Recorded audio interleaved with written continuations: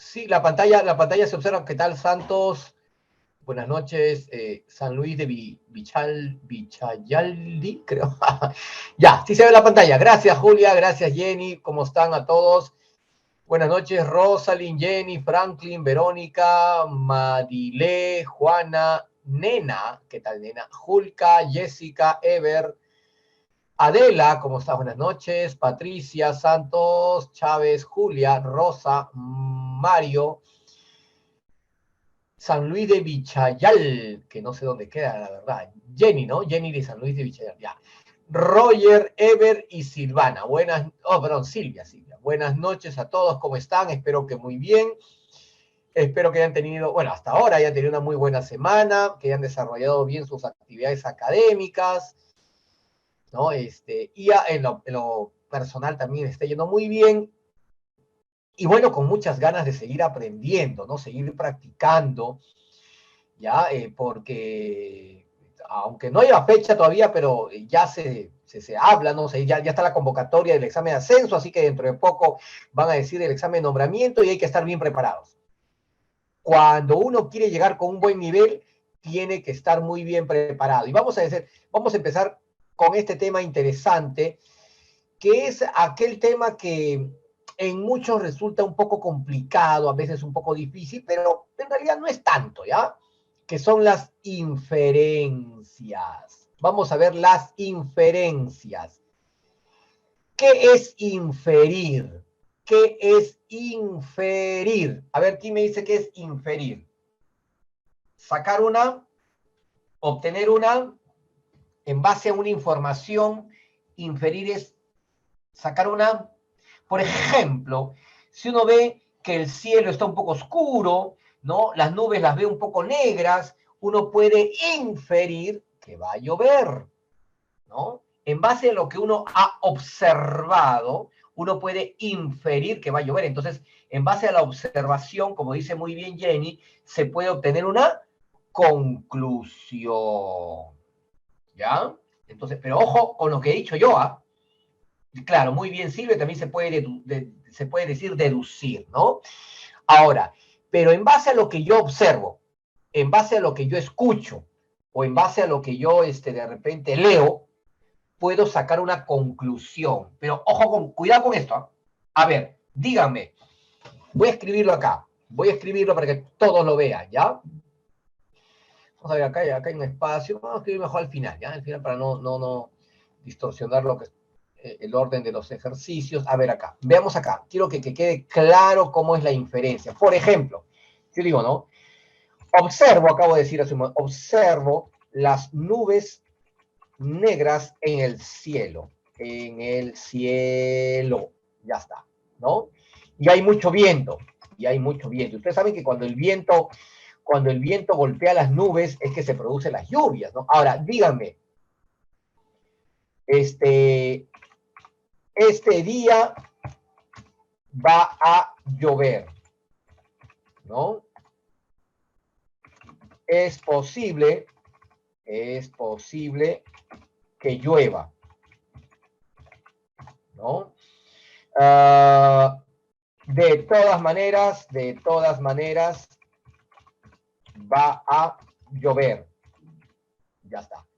Vamos a poner acá letra A, perdón, letra A, ¿ya?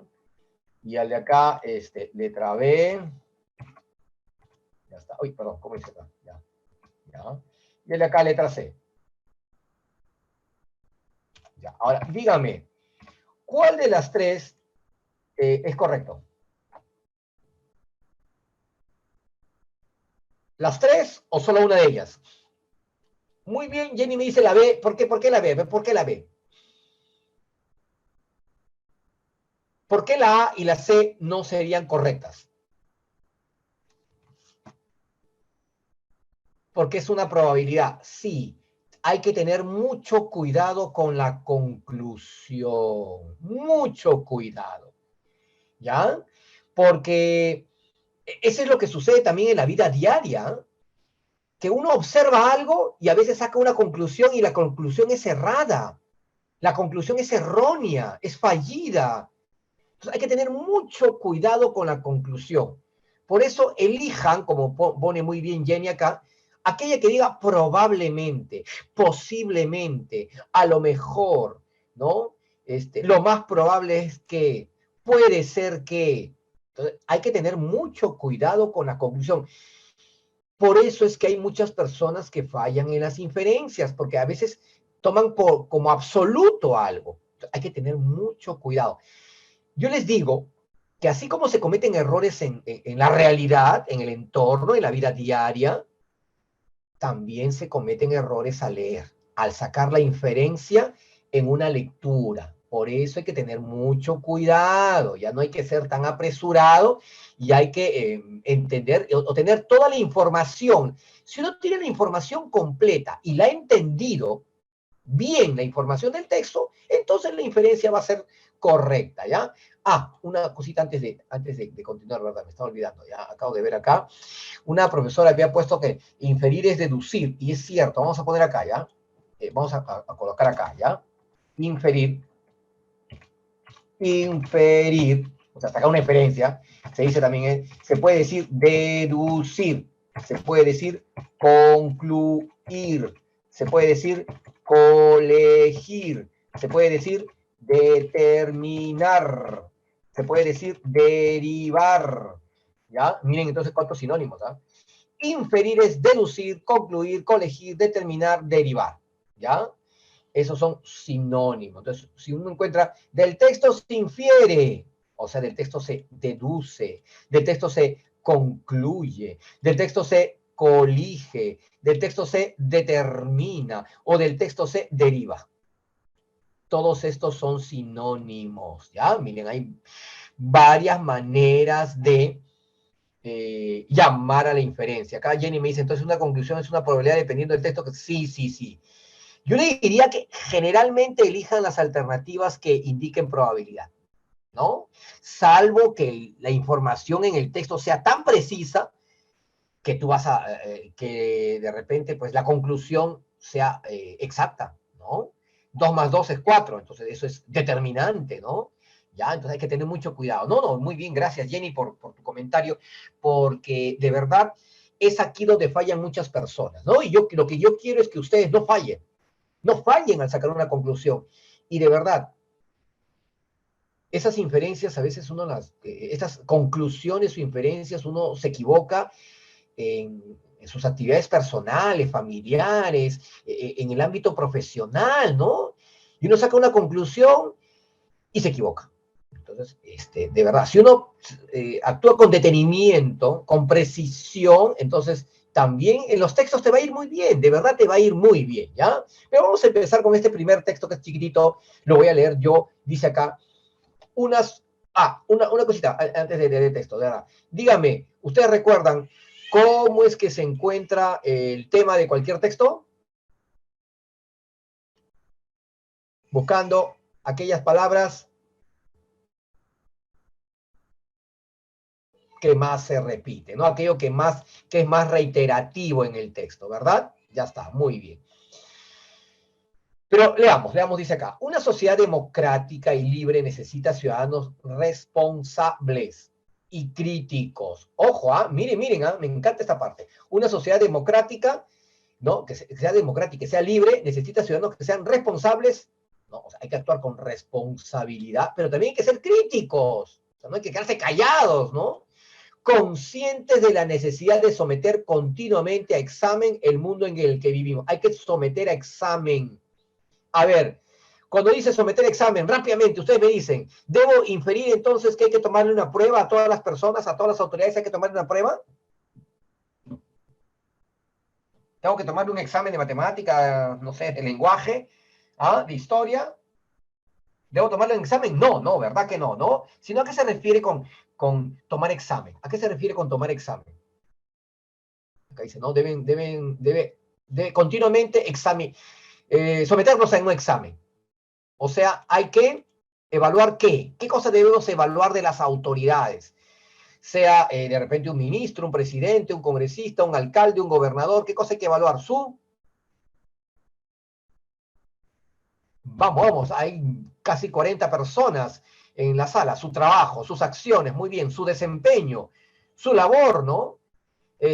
Sus logros, ¿han logrado algo o no? ¿Ah? ¿Qué logros han tenido? ¿Han sido positivos? ¿Han sido negativos? ¿Ha actuado bien o ha actuado mal? Ya, es eso, hay que evaluarlos. El texto nos dice que las autoridades tienen que ser evaluadas, no hay que quedarnos callados. ¿Qué más dice acá? Para tratar de acercarlo, empresa siempre quimérica. ¿Por qué quimérica? Porque es un sueño, ¿ya? Es muy difícil evaluar a las autoridades y bueno, ¿no? Dice acá, para acercarnos al mundo ideal, aquel en el que quisiéramos vivir. El mundo en el que quisiéramos vivir es un mundo,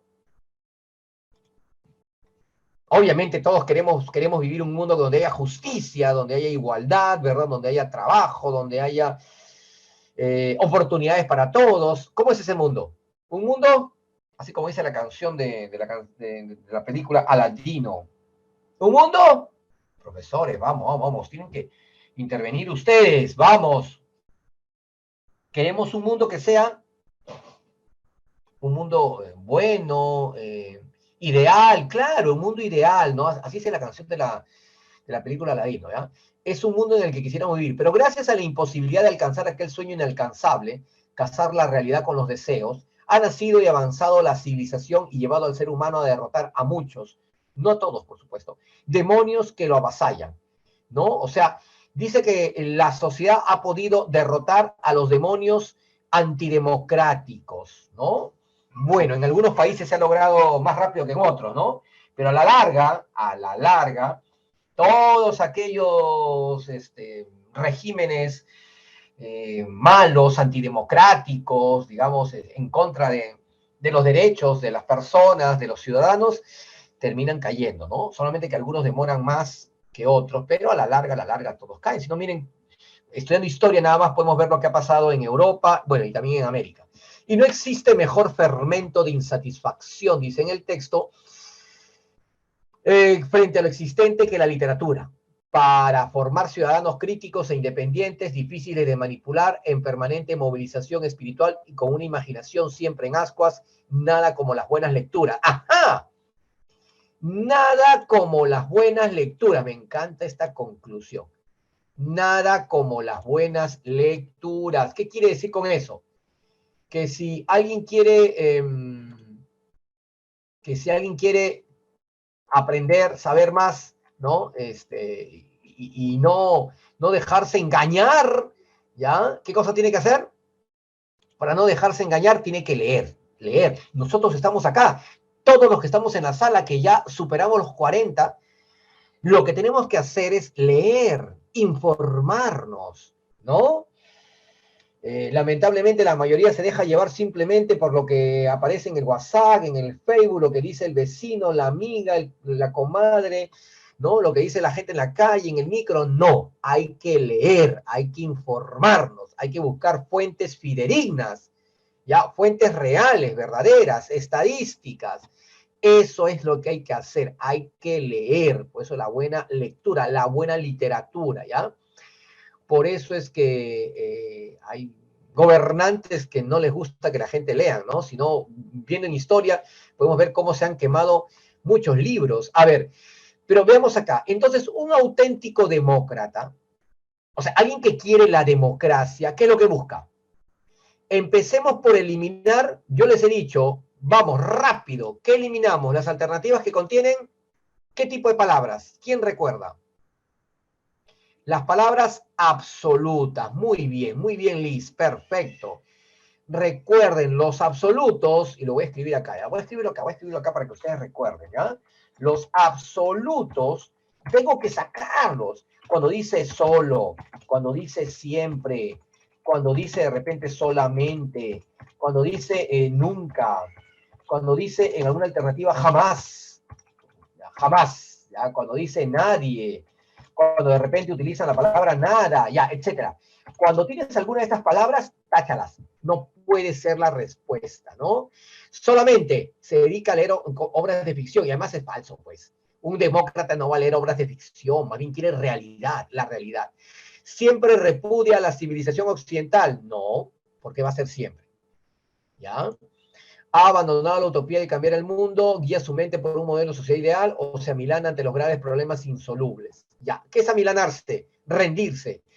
¿Un auténtico demócrata se rinde ante los graves problemas? No, ¿verdad? Al contrario, ¿no? El demócrata lo que busca es evaluar a sus autoridades, evaluar la realidad. También no puede ser, falso. ¿Ha abandonado la utopía de cambiar el mundo? No, porque acá él dice que lo que quiere es un mundo, ¿no? O sea, buscar ese mundo en el que quisiera vivir. Entonces es ese mundo ideal. Acá está. Ya su mente por un modelo de sociedad ideal, o sea, mundo ideal. Voy a ponerlo acá con color rojo. Y miren acá ese mundo en el que quisiéramos vivir. Equivale a la sociedad ideal. Ya está. Tengo mi respuesta, sencillo. Ahora otra consideración es que ya saben, los absolutos me ayudan a discriminar qué alternativas no pueden ser las respuestas, ¿ya? Vamos con la segunda. Entonces en la 1 tenemos D de democracia, miren, justamente la D, ¿no? De democracia, perfecto, ya. A ver, veamos.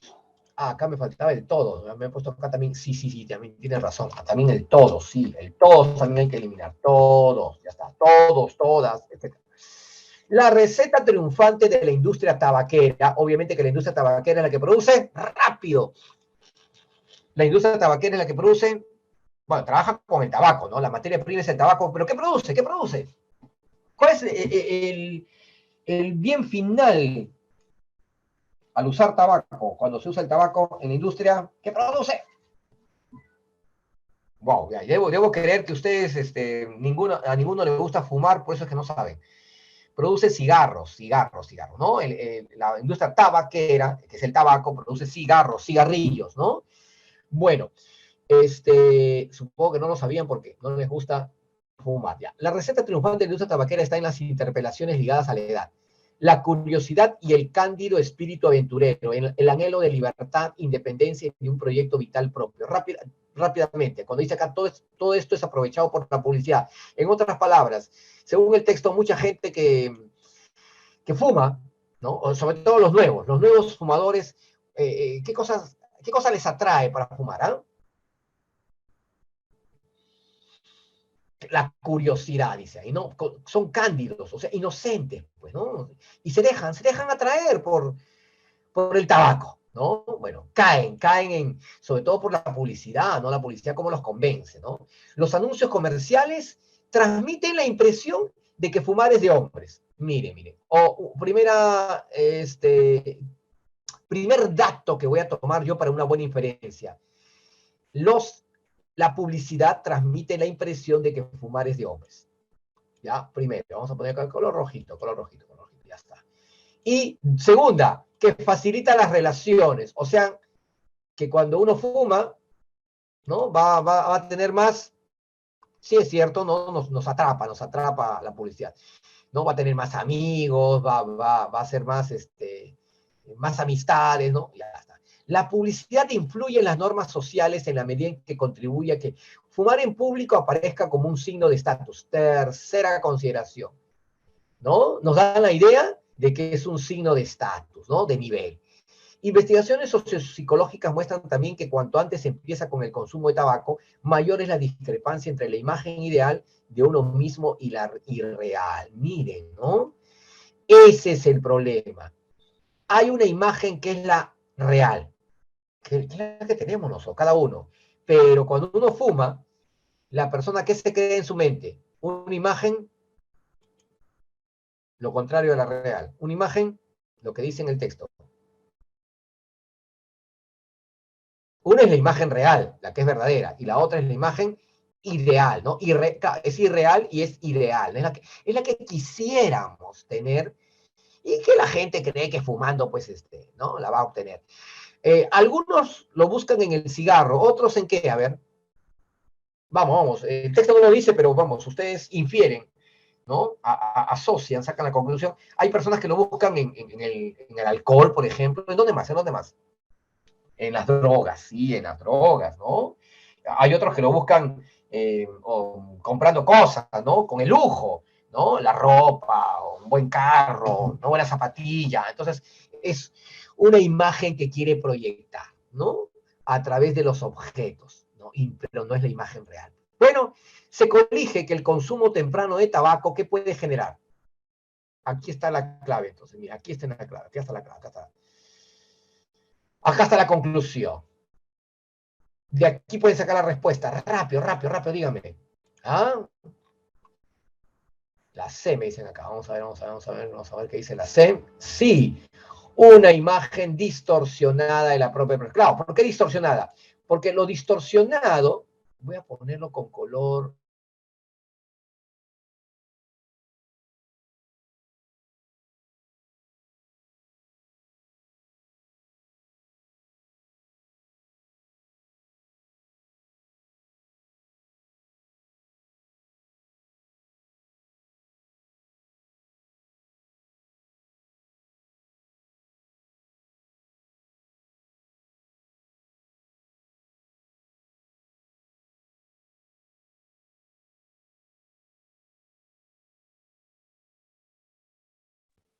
Uno, dos, uno, dos, uno, dos. ¿Qué pasó? Uno, dos. Se interrumpió mi audio. ¿Me escuchan? Perdón. Uno, dos, uno, dos, uno, dos, uno, dos. Sí, ya, qué raro. Ya, gracias. ¿Se ve la pantalla también, no? ¿No se ha ido la pantalla?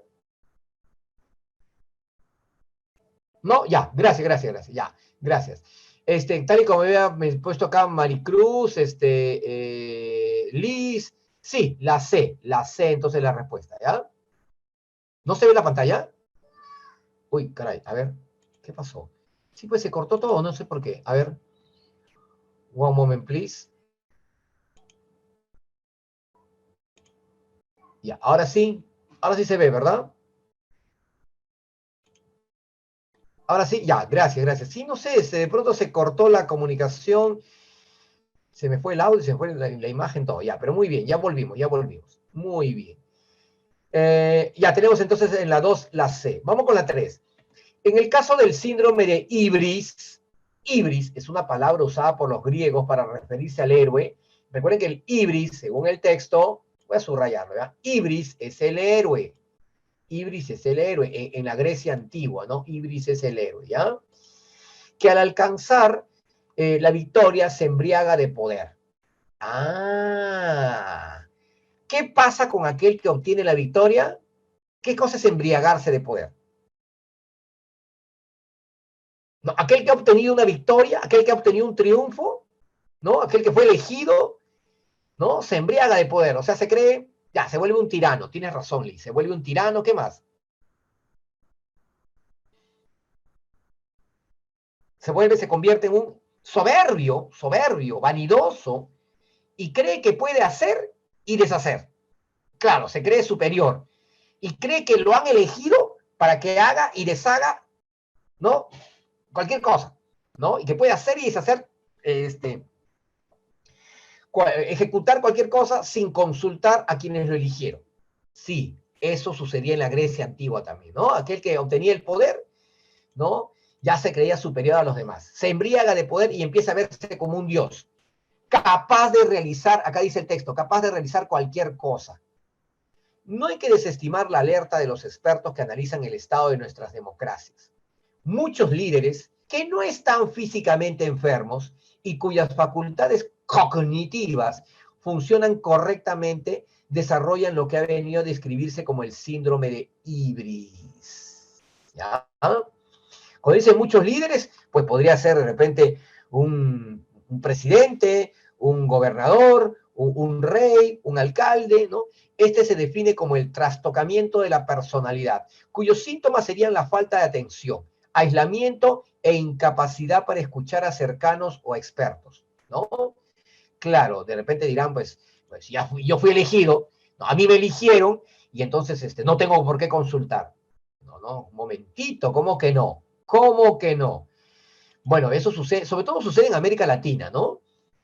Si uno ve, por ejemplo, analiza las democracias nórdicas en Europa, Noruega, Suecia, Dinamarca, Finlandia, Irlanda, Islandia, ¿no? Sobre todo las nórdicas en Europa, vemos que las autoridades se someten al control, al control de las personas, al control de los medios de comunicación, ¿no? O sea, de los periódicos, de la televisión, y no se molestan con que los investiguen, ¿no?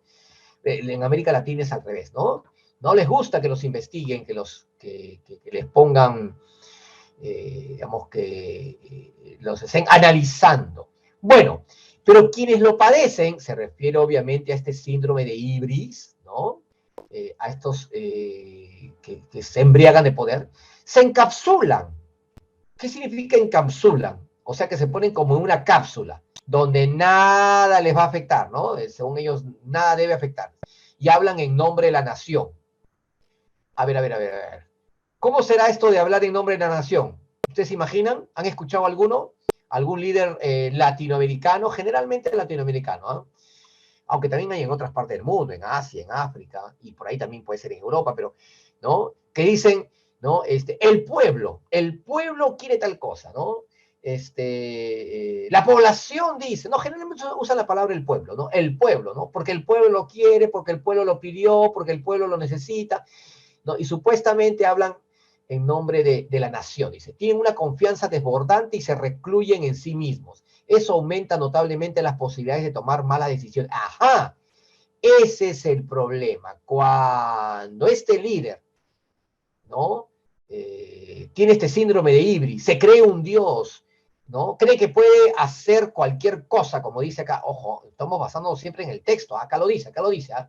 Puede hacer cualquier cosa. Entonces, lo malo es que puede tomar malas decisiones, ¿no? Si no, voy a mencionar un ejemplo que todos lo conocen, de verdad, ¿ah? Todos lo conocen. Miren ustedes en el caso de Venezuela. ¿Ah? Las malas decisiones. Nicaragua también es otro caso. Y bueno, ya no voy a mencionar más, pero hay otros casos también en América Latina. Aunque hay debate al respecto, al igual que en el trastorno narcisista, esto también debe ser conocido como una enfermedad. Ajá. ¿Por qué narcisista? ¿Ustedes se acuerdan de la mitología griega de Narciso? ¿No? Aquel que se amaba mucho, se quería mucho y se creía, ¿no? Se creía bastante, se creía superior, ¿no? A todos los demás. Entonces, según el texto, este líder que sufre del síndrome de Ibris, bueno, también es narcisista, ¿no? Bueno, se corrige que un gobernante, acá está, un gobernante, o sea, un presidente con síndrome de Ibris, a ver, probablemente, ojo, miren cómo, y qué bien que use la palabra probablemente la pregunta, ¿eh? Probablemente. A ver, díganme, si tiene síndrome de Ibris, ¿será un buen gobernante, sí o no? ¿Qué dicen ustedes? Alguien con síndrome de Ibris, ¿ah?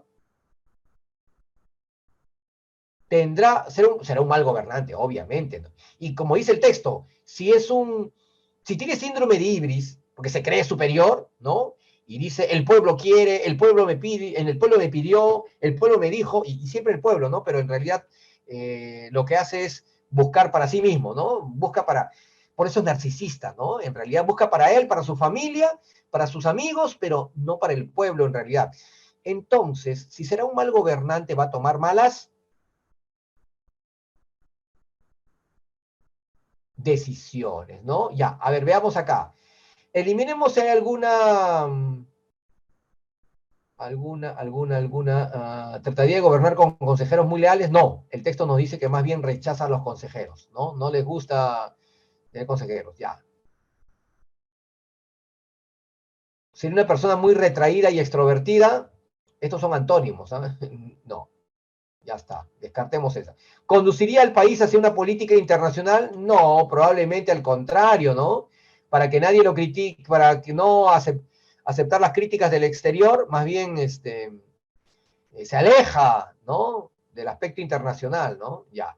¿La respuesta cuál sería entonces? Díganme ustedes. Acá me dice la D, sí, sería incapaz de ejercer el liderazgo de un país. Claro, en realidad no sería un buen líder, pues, ¿no? En realidad sería un líder erróneo, un líder fallido, un mal líder, pues, ¿no? Porque toma malas decisiones, ¿no? Lo malo es que al final, a la larga, los que la pagan no es el mismo, ¿ah? No es el mismo líder, sino quién. Sí, la población. La población es los que sufren estos desaciertos, ¿no? Lamentablemente, ¿no? Bueno, ojalá que no nos pase nunca.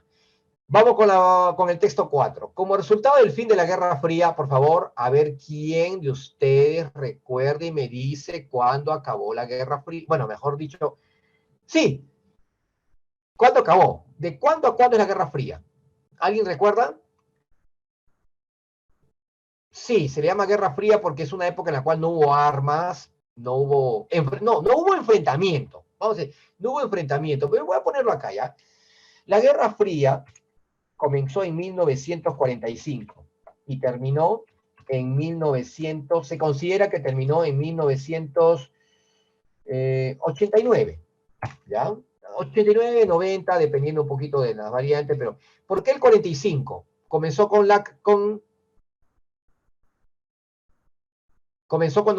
terminó la Segunda Guerra Mundial, ¿ya? La Guerra Fría terminó cuando terminó la Segunda Guerra Mundial y perdón, la Guerra Fría comenzó al finalizar la Guerra Mundial, la Segunda Guerra Mundial, que fue en 1945, y terminó en 1989 cuando cayó, ¿qué cosa cayó?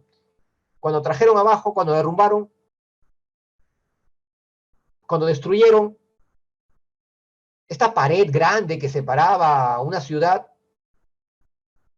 que lamentablemente no la habían construido los socialistas en Alemania, el muro de Berlín, exactamente. La Guerra Fría termina con el muro de Berlín. Bueno, ya, como resultado del fin de la Guerra Fría, ya, y esto deben saberlo como dato histórico, los Estados-naciones no compiten ya ideológicamente ni militarmente.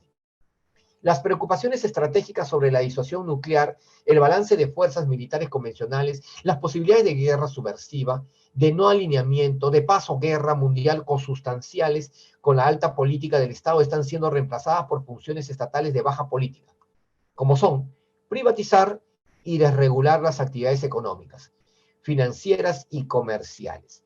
Hoy el poder de las naciones no nace de las armas nucleares, ojo. Entonces, para que una nación sea poderosa, ojo, el texto te lo dice, ¿eh? Ya el poder ya no está en las armas, ¿ya? No está en las armas el poder, ni de la cantidad de divisiones y aviones o flotas, sino de su poder económico y tecnológico. Esta parte es la conclusión, ¿ya? Miren cómo, al igual que en el texto 2, ¿ya? Cómo al final tenemos la conclusión que también estuvo en la respuesta, mira. Vamos a ver si acá se cumple.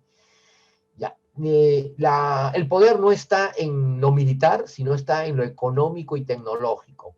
Pregunta, se colige del texto que si un Estado quisiera erigirse en una potencia en el actual contexto, ¿qué debería? Vamos, si nosotros quisiéramos ser una potencia, ¿qué deberíamos? ¿Comprar armas? Muy bien, tienes razón, Liz. Muy bien, Liz. Es un texto sintetizante. Muy bien. Y eso que no lo he dicho yo. Muy bien. Ya, dígame. Un Estado que quisiera ser, liderar, ¿no? El progreso, ser una potencia, entonces debe buscar, claro, económico y tecnológico. Lo dice el texto, ¿no? Lo dice el texto al final. Poder económico. Por lo tanto, me dicen que es la A, sí. Impulsar la investigación científica y tecnológica. Y miren acá cómo está, económico y tecnológico. Bueno, acá está la parte tecnológica, ¿no? Ya está.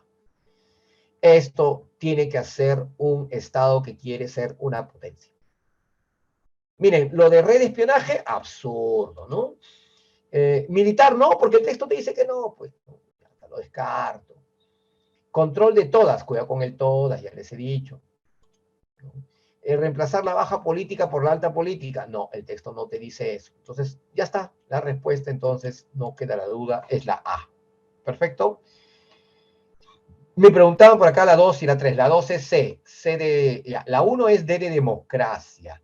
La 2 es C de cambio. Cambio.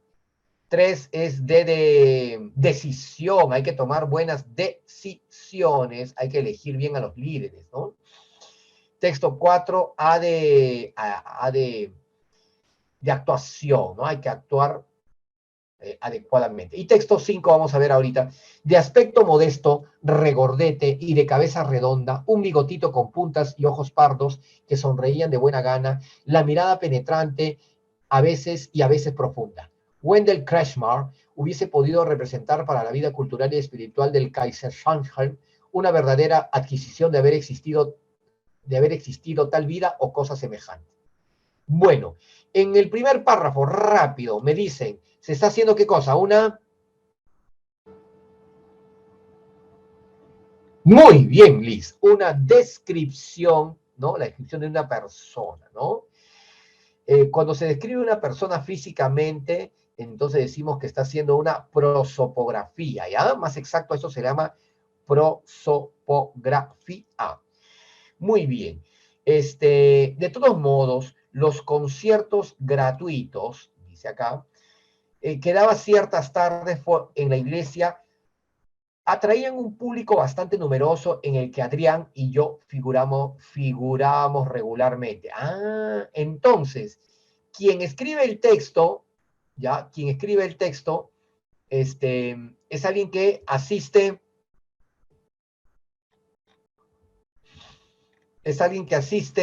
continuamente, no, dice acá regularmente, entonces asiste continuamente a los conciertos ¿no? de Wendell Kretschmer. Ya está.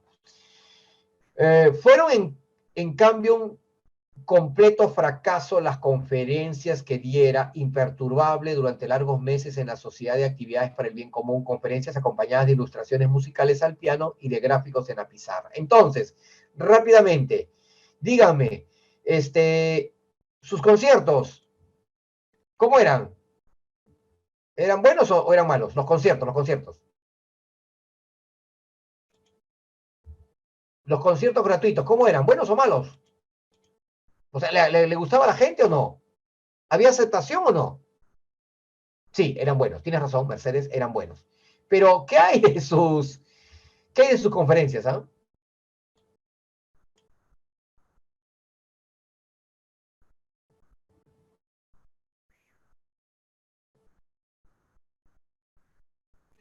Dice, fueron en cambio un completo fracaso.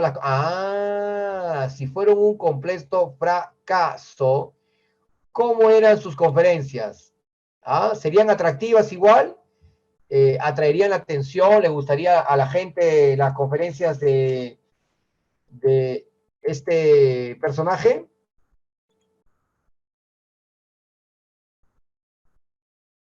No, ¿verdad? No, no, no, no. Acá dice, fueron en cambio un completo fracaso, fueron un fracaso que diera imperturbable durante algunos meses, ya está, acompañado de ilustraciones, ya, muy bien.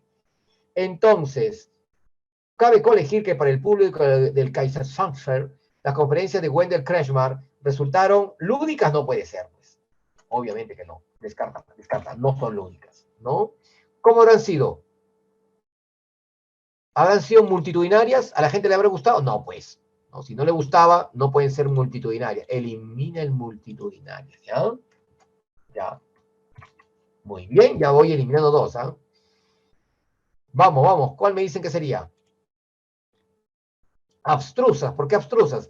Porque a la gente no le gustaba, pues, lo rechazaban, ¿no? Ya está. Fueron un fracaso.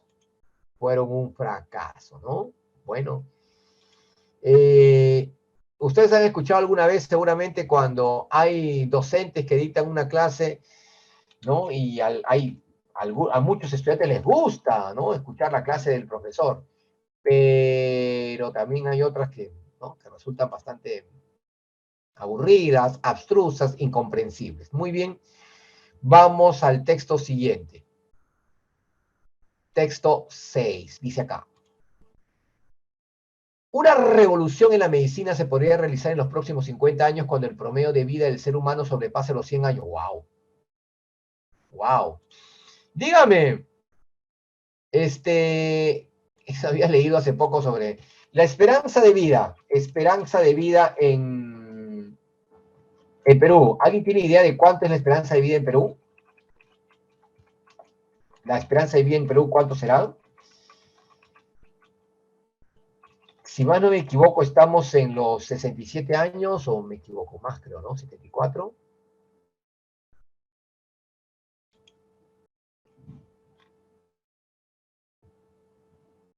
A ver, por acá tenía la esperanza de vida en Perú. Ya, estoy mal. En Perú es 74 años. la esperanza de vida en Perú es 74 años. Ya miren, 74, exactamente, este es el dato que tengo ahorita estadísticamente. En Perú es 74 años. Y ¿alguien sabe cuánto es la esperanza de vida en Australia? Acá lo tengo, dice acá, en Australia es 81 años. ¿Ya? 81 años. ¿Ya? 74 en Perú, 81. O sea, en Australia hay mayor esperanza de vida. ¿Por qué? ¿Por qué? ¿Por qué? ¿Por qué? Porque ellos tienen más esperanza de vida que nosotros. O sea, la gente vive un poco más, ¿no? Allá que acá en Perú. ¿Por qué? ¿Por qué? ¿Por qué? ¿Por qué? Bueno, está su desarrollo tecnológico, su desarrollo médico, ¿no? Su nutrición, su educación también, ¿no? Porque aquel pueblo que está más educado, obviamente, toma mejores decisiones, ¿no? Entonces, bueno, hay varias razones, ¿no? Para que su esperanza de vida sea mayor, ¿no? Acá me dicen, sí, sí, sí, su educación emocional también hay varios factores. Bueno, dice acá, pero llegar a los 100 años, imagínense. Esta innovación sería o será posible gracias a la reprogramación de cualquier célula enferma de cada ser humano, según predicciones de Francis Collins, uno de los especialistas que dirigió el proyecto Genoma Humano. Ya está. El proyecto se llama Genoma Humano. ¿Ya? Este proyecto. En el futuro, cada persona tendrá una copia de su propia secuencia de ADN, incorporada a un registro médico que probablemente se codifique en un chip que estaría insertado bajo la piel del antebrazo. O sea, cada uno tendría bajo la piel de su antebrazo un chip con toda la información, ¿no? De sus genes. Imagínense, ¿no? Ustedes habrán escuchado que decían que con la vacuna que estaban poniendo anti-COVID iban a poner un chip, decían, ¿no? Pero eso era solamente mito en realidad.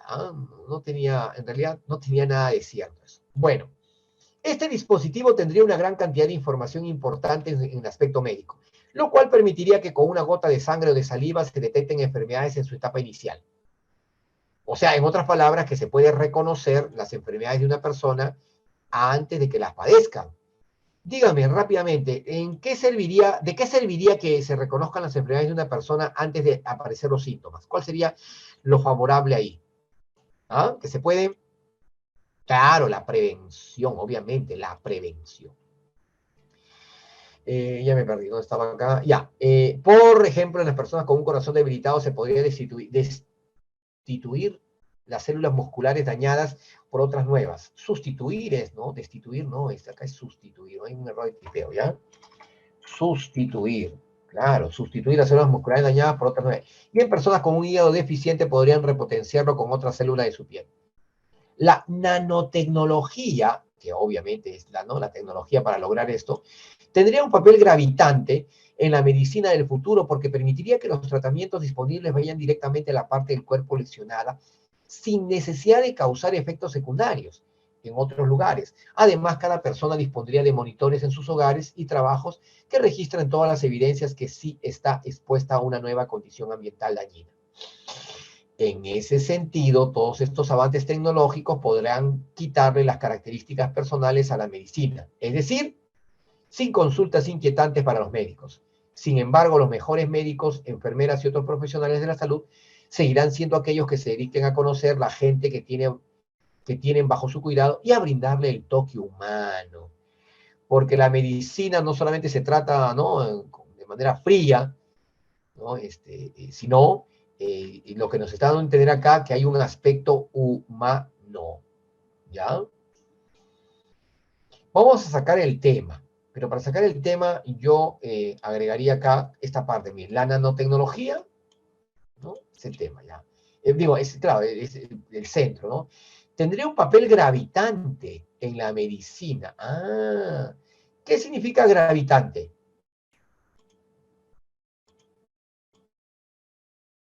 Tiene un papel gravitante en la medicina.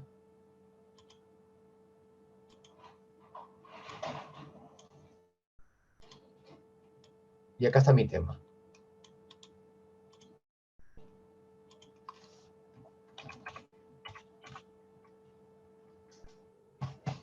Acá está mi tema. La nanotecnología, perdón, tendría un papel gravitante en la medicina. ¿Ya? ¿Qué es gravitante? Muy importante, básico, fundamental, ¿no? Ya está. Muy bien, Liz. Entonces, la respuesta en la 6, busquemos ahí, tiene que ver con nanotecnología.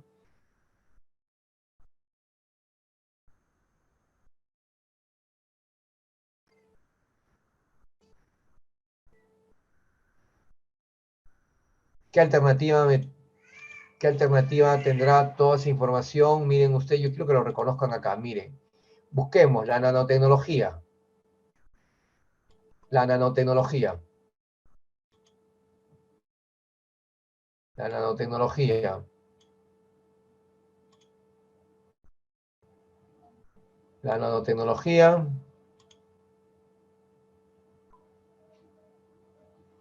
Ya, la D fuera.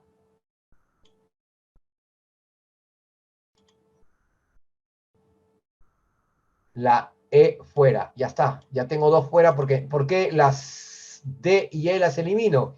Porque no habla de nanotecnología. Ya está. Sigo. ¿Tendría un papel gravitante en la medicina? Medicina. Bueno, acá sí dice medicina. Ya. B. No hay medicina. Chao. C. En la medicina. ¿Sí está? Ya. Pero ahora, acá está. La nanotecnología tendrá una forma sustancial. Ah, ¿qué es sustancial? Muy importante. Sustancial. Ya está. Tengo mi respuesta entonces, la C. Miren, ¿qué cosa he hecho? ¿Qué cosa he hecho? He buscado aquellas palabras que aparecen, ¿no?, en el texto, ¿sí? ¿Ya? En mi tema y que tienen que estar en la alternativa. Fácil. ¿Ya? Ahora, la B, por ejemplo, ¿por qué la eliminaba? Tengan cuidado con los datos exactos. Cuando hay precisiones, no puede ser lo más importante del texto. ¿Ya? Ya, descarta eso. Ah, ya, ni hablar, mira. Ya está acá la palabra gravitar. Ah, pero te piden el antónimo, cuidado. ¿Cuál es el antónimo de gravitante, por favor?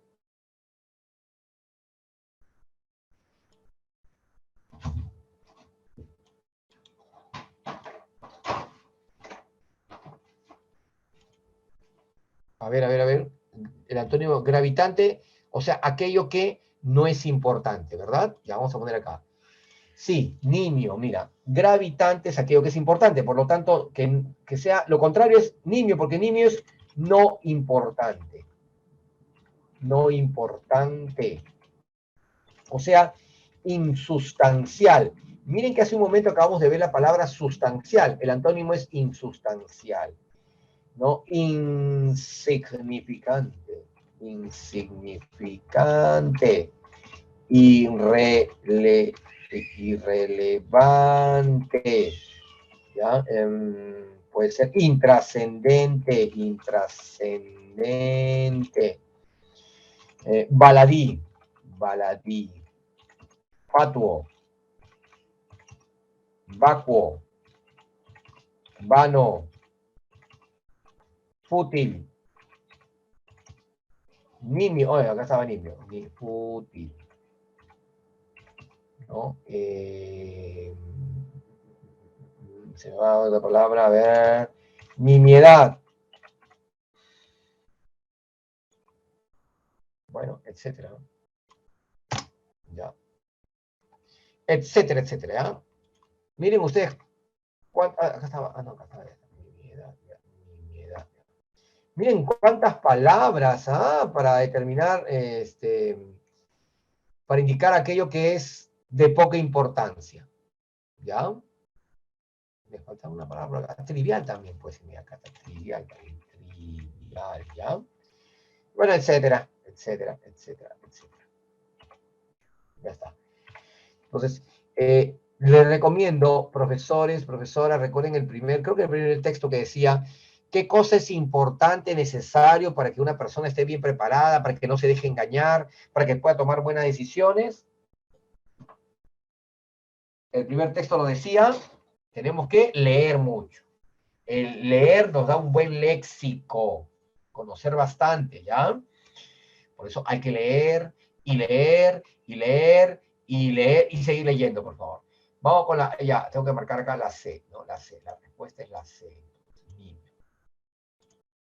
8. Respecto de la medicina se colige ¿qué? ¿Qué es colegir? ¿Qué es colegir? Deducir, ¿no? ¿Qué puedo colegir en la 8? A ver. Sobre la medicina. Acá está fácil, miren. ¿Por qué? Porque el texto nos dice, está, la medicina está relacionada con ¿qué? Con la tecnología. Acá lo dice, mira, la nanotecnología con la medicina. Entonces, respecto a la medicina, se colige ¿qué? Guarda una estrecha relación con la tecnología. Está, el texto lo dice, mira. ¿Ya? O sea, facilísimo, sencillo. La 9 me piden la incompatible, o sea, la que es, si me piden la incompatible, la 9 es aquella que es, la que es falsa, la que es falsa, ya. En el futuro, las secuencias de ADN se codificarán en un chip, ¿verdadero o falso? Verdadero, el texto lo acaba de decir, no verdadero, verdadero. Las células deterioradas o enfermas podrán ser reprogramadas, sí. ¿El análisis sanguíneo permitirá detectar enfermedades tempranas? Sí, justo lo que alguien dijo hace un momento, ¿no? Prevención. ¿Los médicos del futuro estarán desprovistos de emociones? Falso. Miren ustedes acá, el texto dice, ¿ya?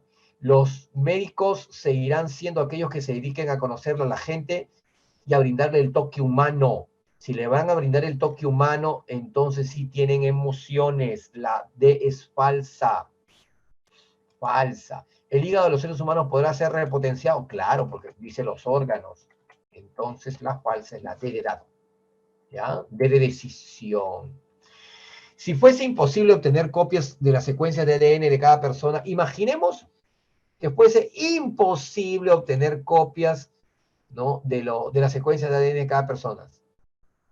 Si fuera eso, si fuera así, no podríamos obtener información de cada persona, ¿verdad? 1. 2. No se podrían. Si no podemos obtener la información médica de cada persona, tampoco se puede detectar las enfermedades, ¿verdad? Y por lo tanto tampoco se les puede curar. Claro, ¿no? No se podría ni uno ni otro, ya. Entonces, sería inviable detectar células enfermas para reprogramarlas. Si fuese el caso, ¿no? Pero tal y como dice el texto, qué importante sería, ¿no? Ya, tenemos 6C de cerebro, 7C de cambio, 8B de bueno,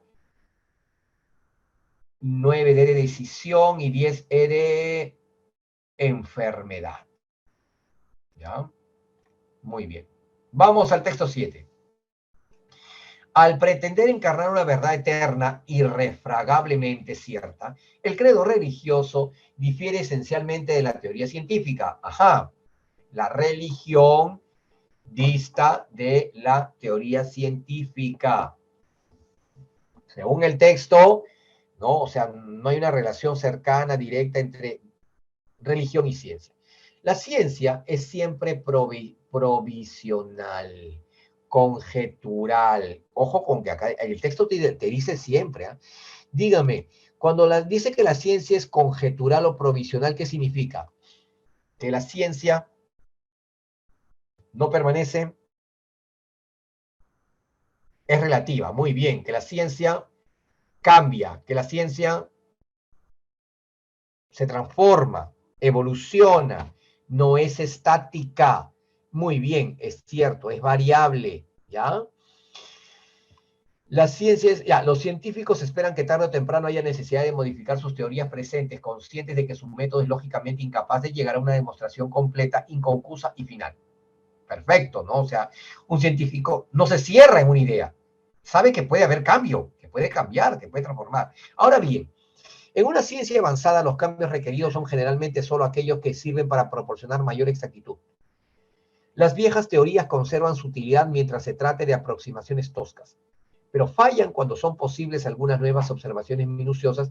Además, las invenciones técnicas sugeridas por las viejas teorías quedan como prueba de que han tenido hasta cierto punto una especie de verdad práctica. Ojo, ¿eh? Las viejas teorías son la prueba de que no hubo utilidad práctica, pero después cambió, pues, ¿no? Porque la ciencia avanza. No nos podemos cerrar en una idea. La ciencia favorece así el abandono de la investigación de la verdad absoluta. Ojo, ¿eh? Esta parte es importante. La ciencia, vamos a ponerlo por acá de color celeste, ¿no? Abandona la verdad absoluta.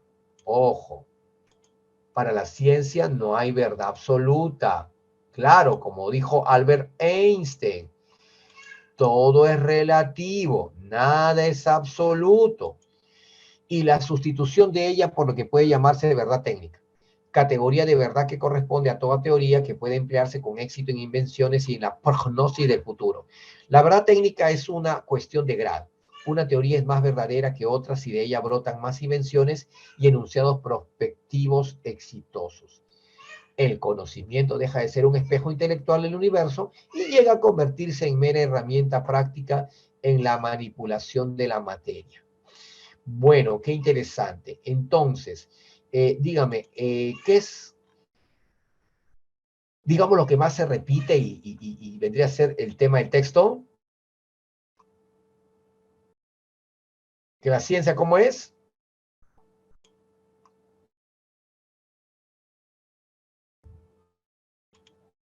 Por acá vamos a ver acá. La ciencia, ¿dónde está? La ciencia, acá, esta parte de acá. El tema es la ciencia, ¿no?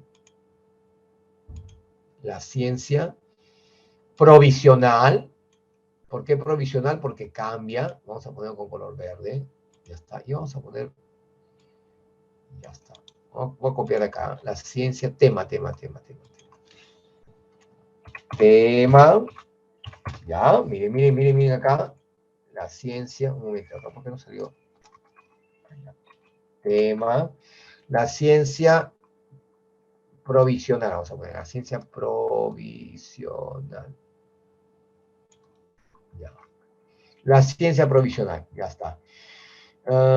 Por acá estaba.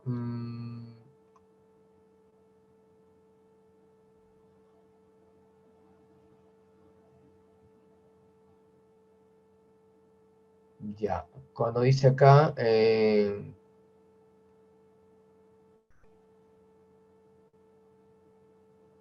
Ya, la verdad, miren, acá está acá. La verdad, claro, la ciencia provisional, y vamos a poner acá la búsqueda de la verdad, ¿no? Es la verdad.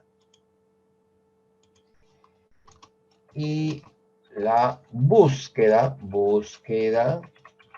de la verdad. Uy, perdón, salió todo en mayúscula. Y la búsqueda de la verdad. Ya está. Muy bien. Vamos a poner verdad con, la verdad con celeste. Ya, entonces acá está la verdad, esa verdad que es la que busca la ciencia. Y si uno encuentra, mira acá, la ciencia rojito.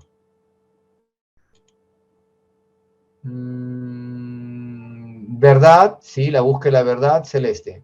En la ciencia se impone un criterio instrumental y práctico de verdad. Exactamente. Está la respuesta. Ya.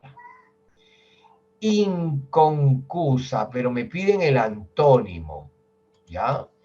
Ya, para empezar, antes, ¿qué cosa es inconcusa? Dice que la ciencia es siempre inconcusa. O no es, creo, ¿no? Vamos a ver por acá. ¿Dónde está?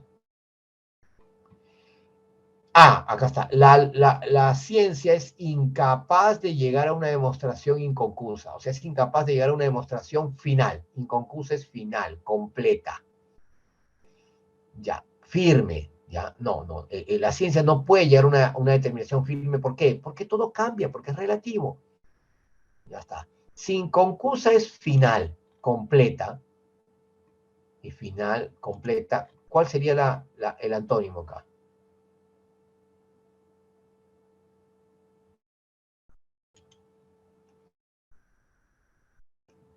¿Sabes cuál sería la palabra que está acá? Provisional. Provisional es sinónimo de conjetural. ¿Ya? Una conjetura, o sea que es probable. Probable. Muy bien, ¿no? Ya está. Y bueno, sí, las demás, mira, madura, irrebatible, sofisticada, bueno, y absoluta no lo es, ¿no?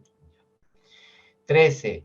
Se infiere que la denominada verdad técnica se funde en un criterio, la verdad técnica que menciona acá el texto. Voy a volver un ratito a la verdad técnica, ¿ya?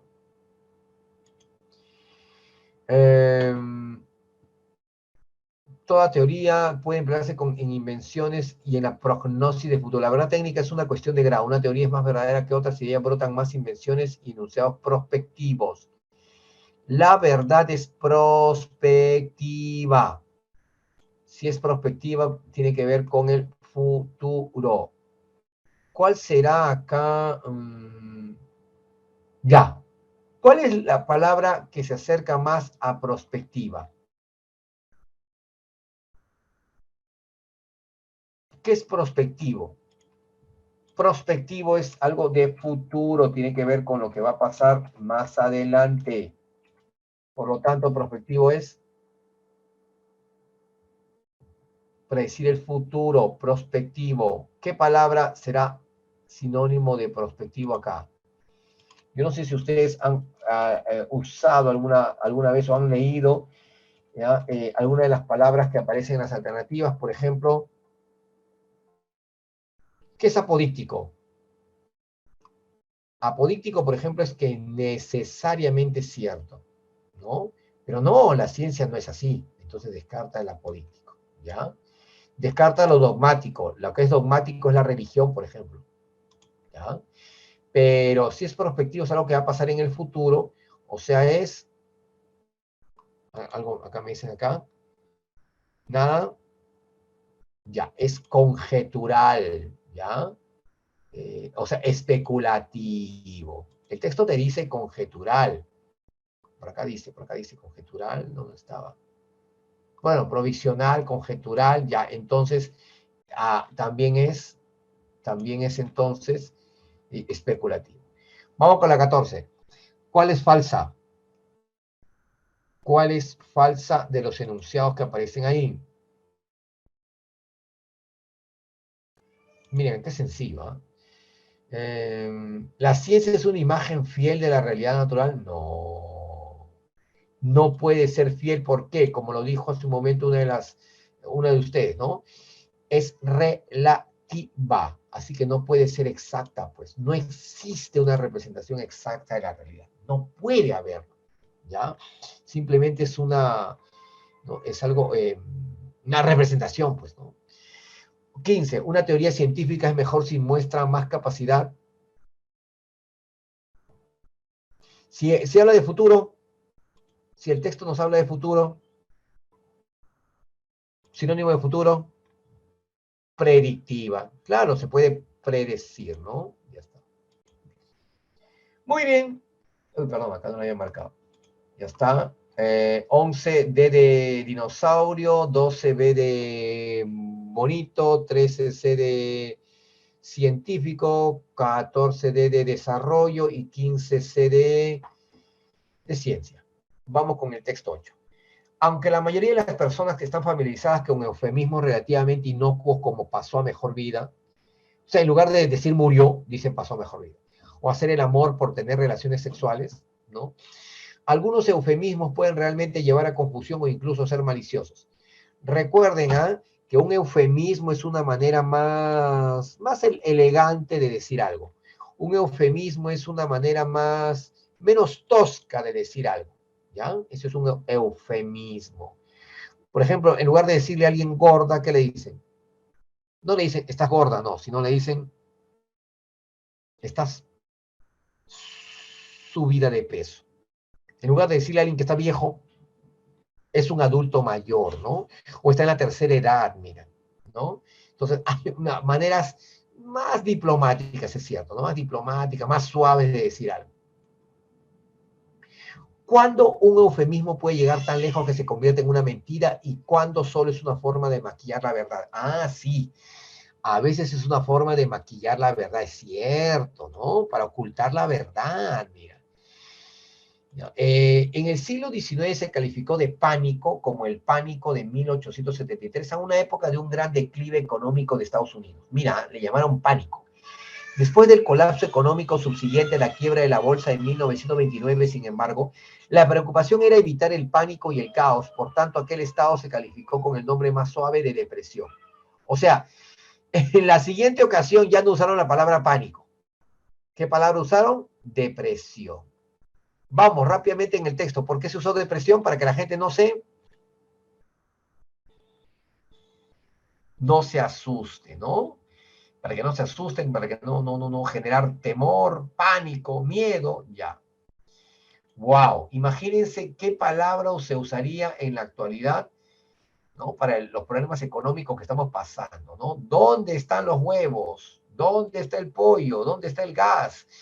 Por las nubes. Bueno, hay que buscar una palabra más suave para que, sí, el huevo ya está en 10 soles, wow, ya. El balón de gas, entonces hay que buscar palabras suaves para que la gente no se asuste, dice, ¿no?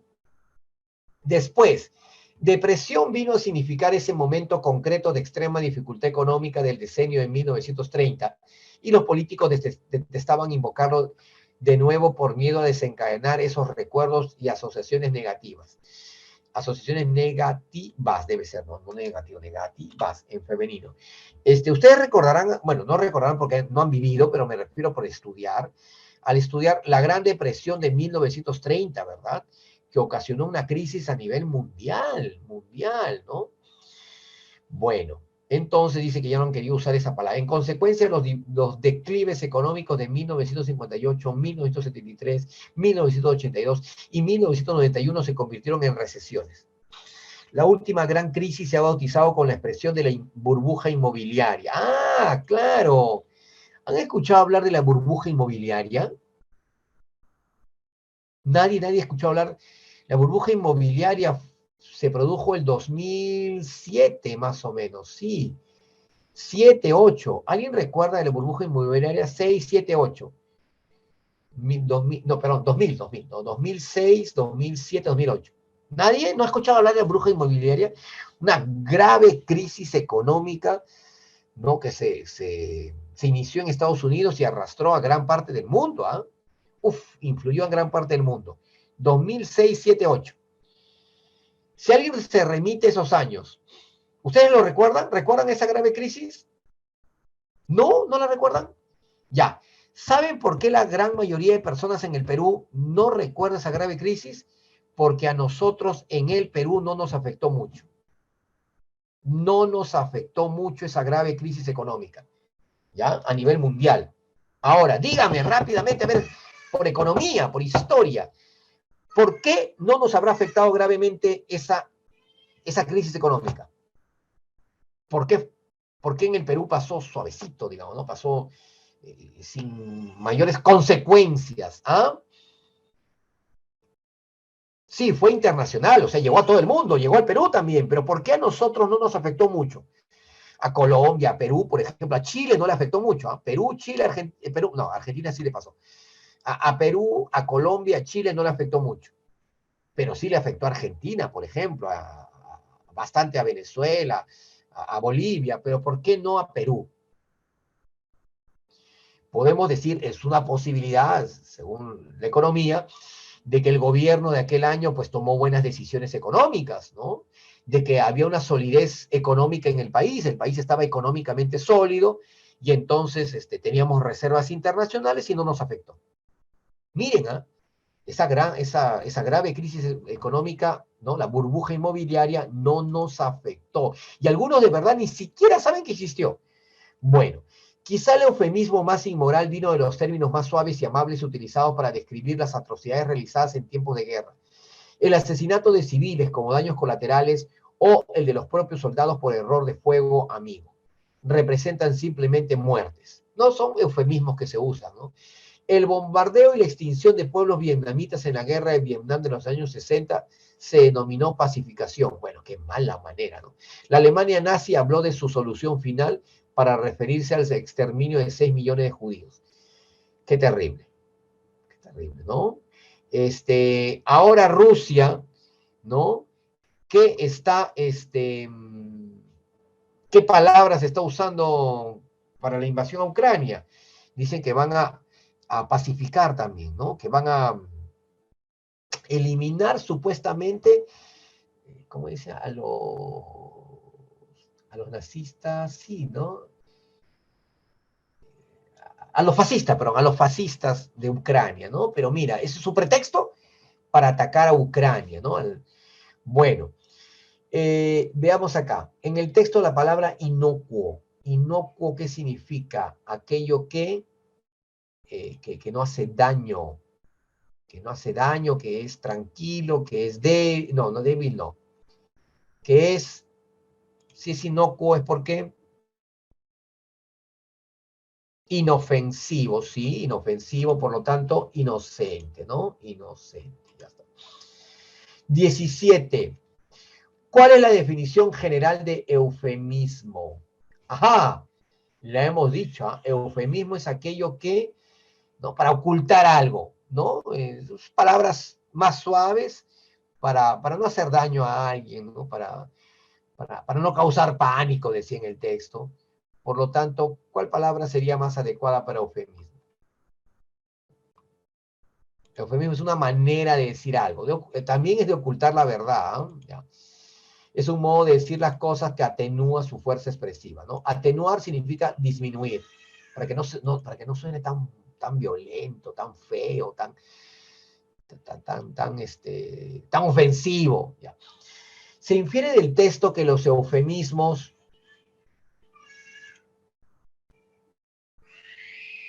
miren cómo, primero voy a eliminar el solo. Solo se aplica falso, solo. Solo fuera. Ya está. No tienen valor en el dominio religioso, falso porque se usa en todo aspecto, ¿eh? Sea religioso, médico, físico, todo. No se usan en el campo de la diplomacia, al contrario, como lo dijo hace un momento Liz, es una forma diplomática de decir las cosas. Entonces, sí, pueden perder su utilidad con el tiempo, sí. ¿No? Es una buena inferencia. ¿Por qué? Porque acá en el texto lo dice, ¿no? Miren cómo han ido cambiando. Al inicio le llamaron pánico, luego le llamaron depresión, luego le llamaron recesión, por acá estaba, ya se me perdió. Declive, ¿no? Declive. Y ahora le llaman burbuja inmobiliaria. Sé cómo han ido cambiando. Sí, puede cambiar. Si alguien empleara una expresión metafórica en reemplazo de una palabra vulgar y malsonante, ¿por qué malsonante? Porque suena mal. Ya, cuando uno usa una palabra, ¿no? en lugar de otra, para que no suene mal, en lugar de decirle estás gordo, le dice subido de peso, entonces está usando un eufemismo, exactamente, ¿no? 20. ¿Cuál es falsa? Veamos una por una. ¿El eufemismo es un fenómeno semántico del lenguaje natural? Sí, el texto lo dice. ¿Una expresión eufemística puede ser condenable moralmente? Sí, puede ser. Ojo con el puede, ¿ah? Ah, está bien, puede ser. ¿Maquillar la verdad es una forma de describir una mentira? Sí, sí, ¿no? Para esa forma también de decir, no, pasó a mejor vida, cuando en realidad murió, ¿no? Murió. La D. El uso de expresiones eufemísticas es un fenómeno muy reciente. Falso. Falso, porque se usa hace mucho tiempo. El uso de algunos eufemismos puede llevarnos a confusión, sí. Puede llevarnos a una confusión. El texto lo dice al inicio. Entonces la falsa es la heredad. Esa es la incompatible. Ya está. 16, C de cambio. 17, C de ciencia. 18, E de expresión. 19, C de cerebro. y 20 de decisión. Ya está. Vamos al texto 9. Nuestras actuales ideas sobre el movimiento de los cuerpos datan de Galileo y Newton. Ustedes saben que son científicos, ¿verdad? Muy importantes. Antes de ellos la gente creía que Aristóteles tenía razón. Ajá. En otras palabras, dígame, ¿Aristóteles se equivocó o no? ¿Ah?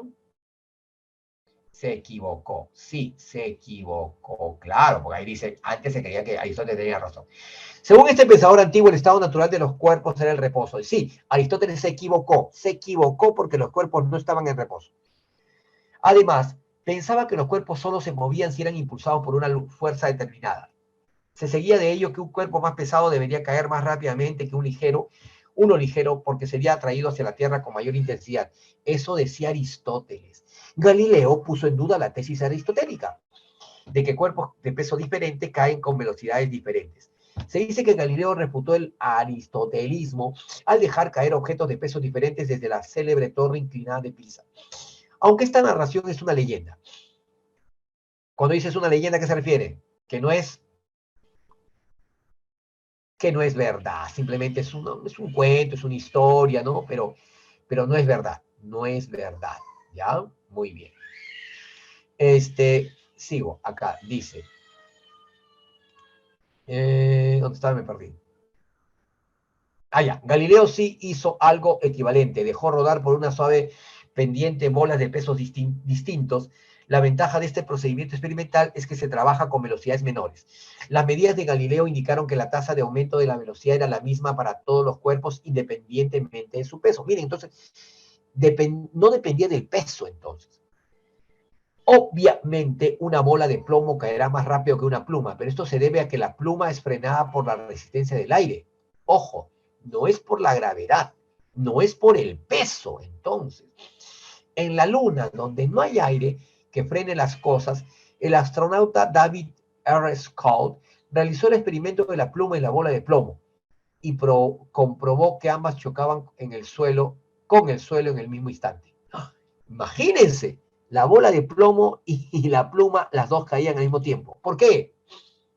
Porque no hay aire. Porque no hay aire, ¿no? Ya está. Sobre la base de la refutación de la física aristotélica, Galileo procedió a construir un edificio físico que después llegaría a adquirir plena fisonomía con el sistema newtoniano, o sea, de Newton. Una de las diferencias radicales entre la física aristotélica y la física galileana se centra en el concepto de fuerza. Para Aristóteles, la fuerza causa el movimiento. Para Galileo, la fuerza modifica la velocidad de los cuerpos. Interesante, mire. Para Aristóteles, la fuerza causa el movimiento, pero para Galileo, la fuerza modifica la velocidad de los cuerpos. Empecemos con la palabra leyenda, ¿ya? Si leyenda es un mito, ¿cuál es el antónimo de leyenda? Muy bien, verdad, verdad, verdad. Su antónimo es verdad. Ya está, así es fácil.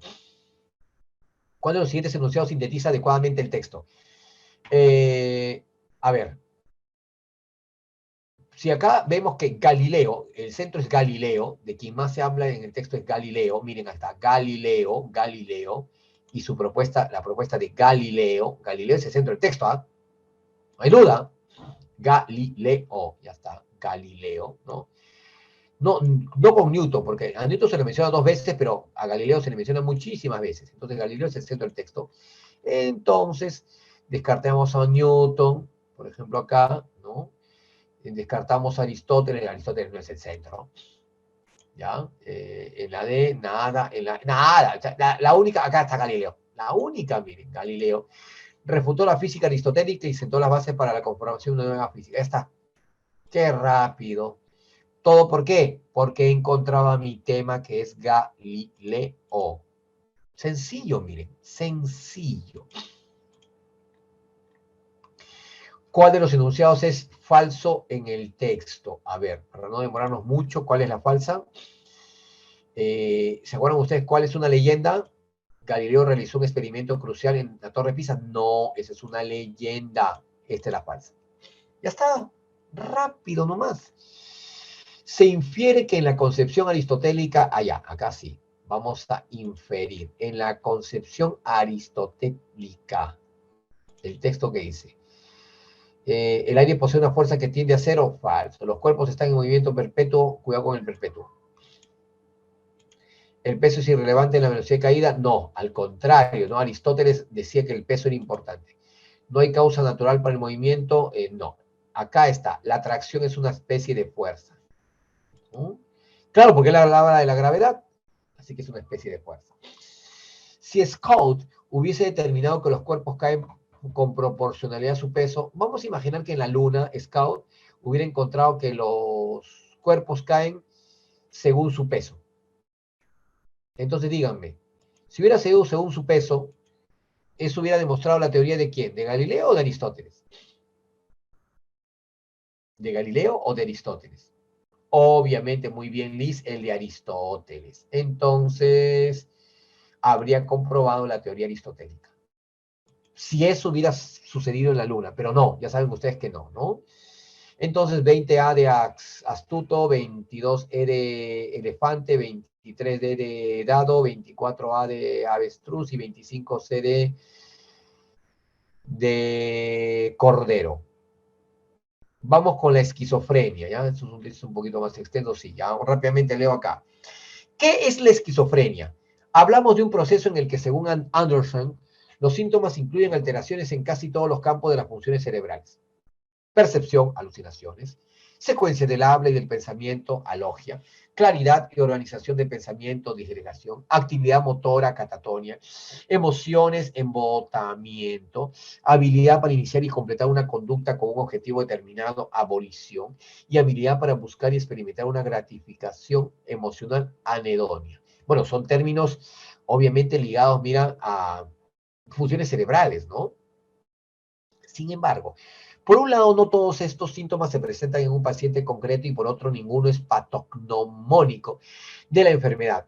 Un análisis inicial de la diversidad de los síntomas podría sugerir que en esta enfermedad participan múltiples regiones cerebrales. Andreasen, 1999, 650, ¿no? Esta es la fuente. Recuerden que la fuente es importante, ¿no? Ahora que han salido tantos casos de plagio, ¿no? ¿Ya? El de Acuña no era el único. Bueno, entonces es importante la fuente. Quizás uno de los sistemas cognitivos más afectados en esta enfermedad es el de los sistemas atencionales, es decir, aquellos en los cuales un individuo no puede ser consciente de algo. Ojo con este detalle, ¿eh? Un individuo no puede ser consciente de algo. Al parecer, esta falta de atención es uno de los síntomas más característicos de los pacientes esquizofrénicos. Ajá, ojo con esto. Una característica no más resaltante de los esquizofrénicos es que no son conscientes de algo, en tanto que no se presenta en otros pacientes psiquiátricos, por ejemplo, los afectados de depresión. Todos los procesos anormales antes descritos se relacionan de alguna manera con las alteraciones de la atención. Ojo, ¿eh? Todo esto, según el texto, entonces son alteraciones de la atención, o sea, no tiene que ver, o más bien es opuesta a atención. De este modo, la falta de capacidad de concentración, que es la falta de atención, y focalización de la atención, dan lugar a las interpretaciones y expresiones anormales. Algo así como si faltase el imán que orientase adecuadamente todas esas partículas de hierro que hay dispersas en el cerebro, y con el que se ponen en conjunción y dan coherencia a aquello que es el hilo mental normal. Todo esto nos lleva al tema de la conciencia en la esquizofrenia. Precisamente la atención es uno de los ingredientes básicos para los procesos de conciencia. Pues bien, durante mucho tiempo se ha sostenido que el trastorno nuclear del paciente esquizofrénico es un trastorno de conciencia, es decir, de los mecanismos que ponen en conjunción todos los demás ingredientes de la función mental, desde la percepción y el razonamiento hasta la ejecución de ciertas capacidades motoras. Una de las hipótesis propuestas con más fuerza acerca de las bases neurobiológicas de la conciencia es la del centro dinámico de Tononi y Edelman, 1998. Otra fuente. Se considera que cada acto de conciencia es consecuencia del agrupamiento funcional de neuronas distribuidas ampliamente en toda la corteza cerebral. Ojo, están distribuidas en la corteza cerebral. Pudiera ser que la construcción de ese racimo o conjunto neuronal que subyace a cada acto singular de la conciencia no se realice adecuadamente en el esquizofrénico. Y en particular, que en ese reclutamiento neuronal desempeñase un papel sobresaliente la disfunción de la memoria de trabajo en la corteza prefrontal dorsal, área, por otra parte, hipofuncionante en estos pacientes. Puede que estas condiciones patológicas den lugar a racimos de actividad neuronal anormal fraccionados y no haya, por tanto, un racimo único y completo. Bueno, queda la duda, ¿no? Te está planteando la interrogante. Una predicción plausible, o sea, posible, accesible, podría ser que ciertas enfermedades de la conciencia, como la esquizofrenia, se reflejen en anormalidades del centro dinámico, que pudieran resultar en la formación de múltiples centros. De hecho, algunos experimentos realizados sugieren que tal pudiese ser el caso. Edelman 2000, ¿no? Que es la fuente, ¿ya? El año 2000. Bueno, y acá también teníamos otras fuentes anteriormente, ¿no? Ya. Veamos. Primero díganme ustedes cuál es el tema del texto. ¿Cuál es el centro del texto?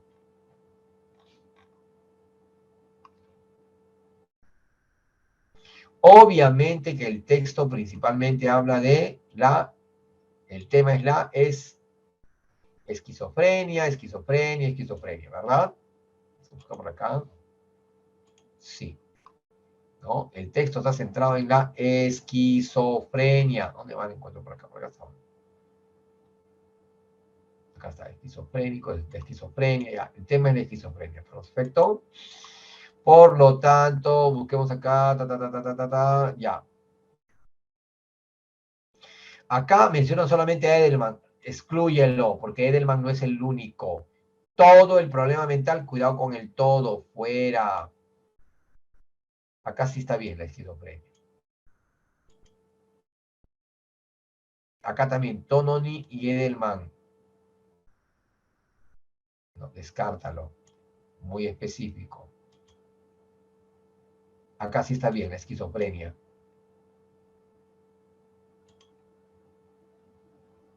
Ya. Tenemos dos. A ver, los variados síntomas anómalos de la esquizofrenia se podrían explicar en virtud de un trastorno fundamental en el centro dinámico, atencional e integrador de la conciencia. Acá está esta palabra fundamental. Ah, fundamental. Y además que hay un trastorno, una alteración de la conciencia. Miren, acá lo decía. El individuo no es consciente y si no es consciente hay una alteración de la conciencia. Ya está. Ya tengo mi respuesta. Plausible. Yo les dije hace un momento, ¿qué cosa es plausible? Aquello que podría ser que suceda, ¿no? Podría ser posible, o sea, puede ser verdadero, puede, no necesariamente lo es. ¿Ah? Respecto de los esquizofrénicos, resulta falso. ¿Cuál es falsa sobre los esquizofrénicos? Si el texto nos dice que hay una alteración de la conciencia, no son, como decía acá, vamos a volver al texto, la conciencia, no son conscientes de lo que hacen, no son conscientes. Si no son conscientes, mostrarán un pensamiento coherente, falso, pues, falso, no es coherente, no es coherente. Si un esquizofrénico careciera de anedonia, busquemos anedonia, acá está. Gratificación emocional, o sea, en otras palabras, si no tuviese, ¿no? Este estímulo emocional,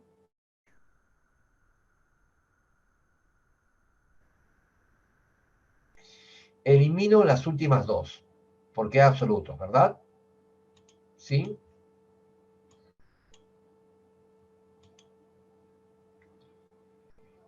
Tendría un pensamiento altamente riguroso. A ver, vamos a buscar otra vez acá. Anedonia. ¿Dónde está anedonia?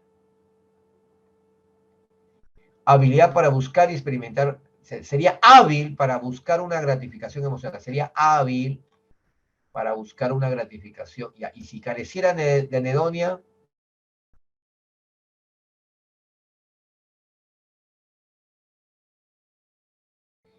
a ver, no, Edelman no tiene relación con Edelman. Descarto a Edelman, ¿ya?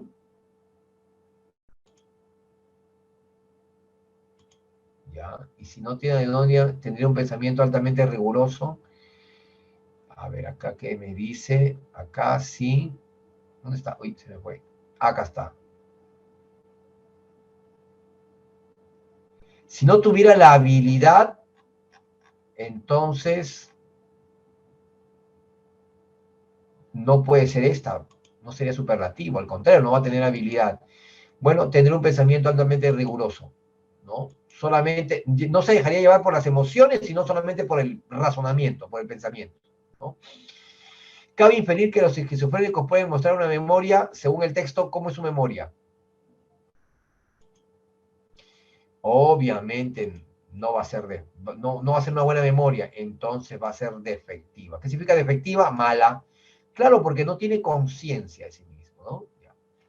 Muy bien, acá tenemos 26 C de cerebelo, 27A de acciones, 28E de enfermedad, 29A de alto y 30E de esquizofrénico. Vamos con este tren. ¿Han escuchado hablar, han visto alguna información sobre este tren? Este tren bioceánico. ¿Por qué bioceánico? Bioceánico, porque unirá dos océanos. El Pacífico con el Atlántico. Miren ustedes acá. Observen ustedes acá. Iría desde Perú, en Hilo, hasta Santos, en Brasil. Acá está, mira.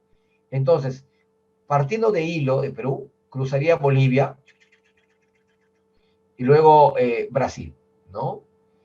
En Brasil recorrería 1.521 kilómetros. En Bolivia, 1.894 kilómetros. Y en Perú, 340,5 kilómetros, ¿no? En Brasil, el tramo de Brasil ya está construido, miren. Entonces falta el de Bolivia y el de Perú, ¿ya? Este tren bioceánico va a unir dos océanos. Miren qué interesante, ¿eh? Ya saben, ¿eh? ¿Qué países pasa? ¿Por qué países pasa? Pasa por tres países. Tres países. Perú, Bolivia y Brasil. Perfecto, ya está, es lo que dice el texto. Vamos a ver, leer el texto. El tren bioceánico es un megaproyecto de trenes de carga impulsado desde 2014 que busca unir el Pacífico peruano con Bolivia y Brasil y tendrá una extensión total de 3.755,5 kilómetros y trasladaría 10 millones de toneladas de mercancías al año. ¡Wow! Además, el tren bioceánico favorecerá también a Paraguay y Uruguay, que están interesados en este proyecto de integración. El Ministerio de Transportes y Comunicaciones, MTC, realizó un estudio de preinversión en el que evaluó tres alternativas para determinar el punto de entrada y salida del tren bioceánico en el Perú, que conectará los puertos de Santos en Brasil e Hilo en Perú, a través de Bolivia. El sector determinó que el recorrido más eficiente y rentable es la alternativa número 2, que entra por Desaguadero en el límite con Bolivia y sale por el puerto de Hilo en Moquegua. Esta opción implica una inversión peruana de 7.548 millones. Así, Perú tendrá un recorrido de 340,5 kilómetros, más de 180 puentes por instalar y 40 kilómetros de túneles. En Bolivia, 1.894 kilómetros, en Brasil, 1.521 kilómetros, y la construcción de este megaproyecto en total, que unirá los océanos Pacífico y Atlántico, duraría entre 7 y 6 años. Bueno, es un proyecto porque hasta ahora no se ejecuta, ¿no? ¿Alguno de ustedes cree que se ejecutará? ¿Se ejecutará en el futuro próximo, en el corto plazo, en el mediano plazo o en el largo plazo? O en el muy, muy, muy largo plazo. Bueno, miren ustedes que el tren eléctrico en la línea número 2 acá en Perú, en Lima, ¿no? Se dijo que se iba a entregar en 2019. Ya estamos en 2022 y olvídense, no hay cuando se concluya, ¿no? Lamentablemente es así. Y ahora con las condiciones que tenemos, está mucho más difícil todavía. Así que este megaproyecto también, si se ejecuta, ¿cuándo será? Pero veamos, el propósito medular del texto, o sea, lo más importante del texto, ¿cuál sería? Si se habla del megaproyecto, y como es bioceánico, acá está, megaproyecto, ¿ya está? Perdón, megaproyecto. ferroviario, ¿verdad? Ferroviario. El texto está centrado en este megaproyecto, ¿ya? Ese es el centro del texto. Este megaproyecto de trenes. Acá está, de trenes, que es el ferroviario. Y creo que sí, miren, es la única alternativa. Y claro, ¿a quién va a unir? Al Pacífico y al Atlántico. ¿Por qué? Porque es bioceánico. Ya está. Respuesta de edad. La palabra megaproyecto, el prefijo incide, ¿qué es mega? Mega. Incide en que es algo muy, muy grande y además en que, si es mega, va a unir 3 países, ¿verdad? Entonces, su carácter internacional. Si fuera de un solo país, sería un proyecto nada más, pero mega indica que varios países. De la infografía se infiere, se desprende, que el megaproyecto del tren bioceánico tendrá un solo tren. Descarte solo. ¿Posee 2 vías? No. ¿Dónde vemos 2 vías? No. Falso. Requiere 2.234 kilómetros por construir. 2.200. Bueno, si uno resta lo que ya está construido. A ver, sumemos.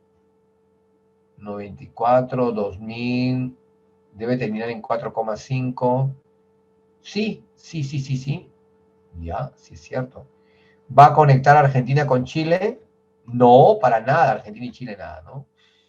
¿Va a beneficiar mucho más a Bolivia? No sabemos. Económicamente a todos, ¿no? Entonces, simplemente es una operación simple. Ahora, ¿saben cómo llegué a esta cifra? He restado, ¿ya? O he sumado en todo caso, 1.894 más 340,5. La suma me da esto, 2.234, ¿ya?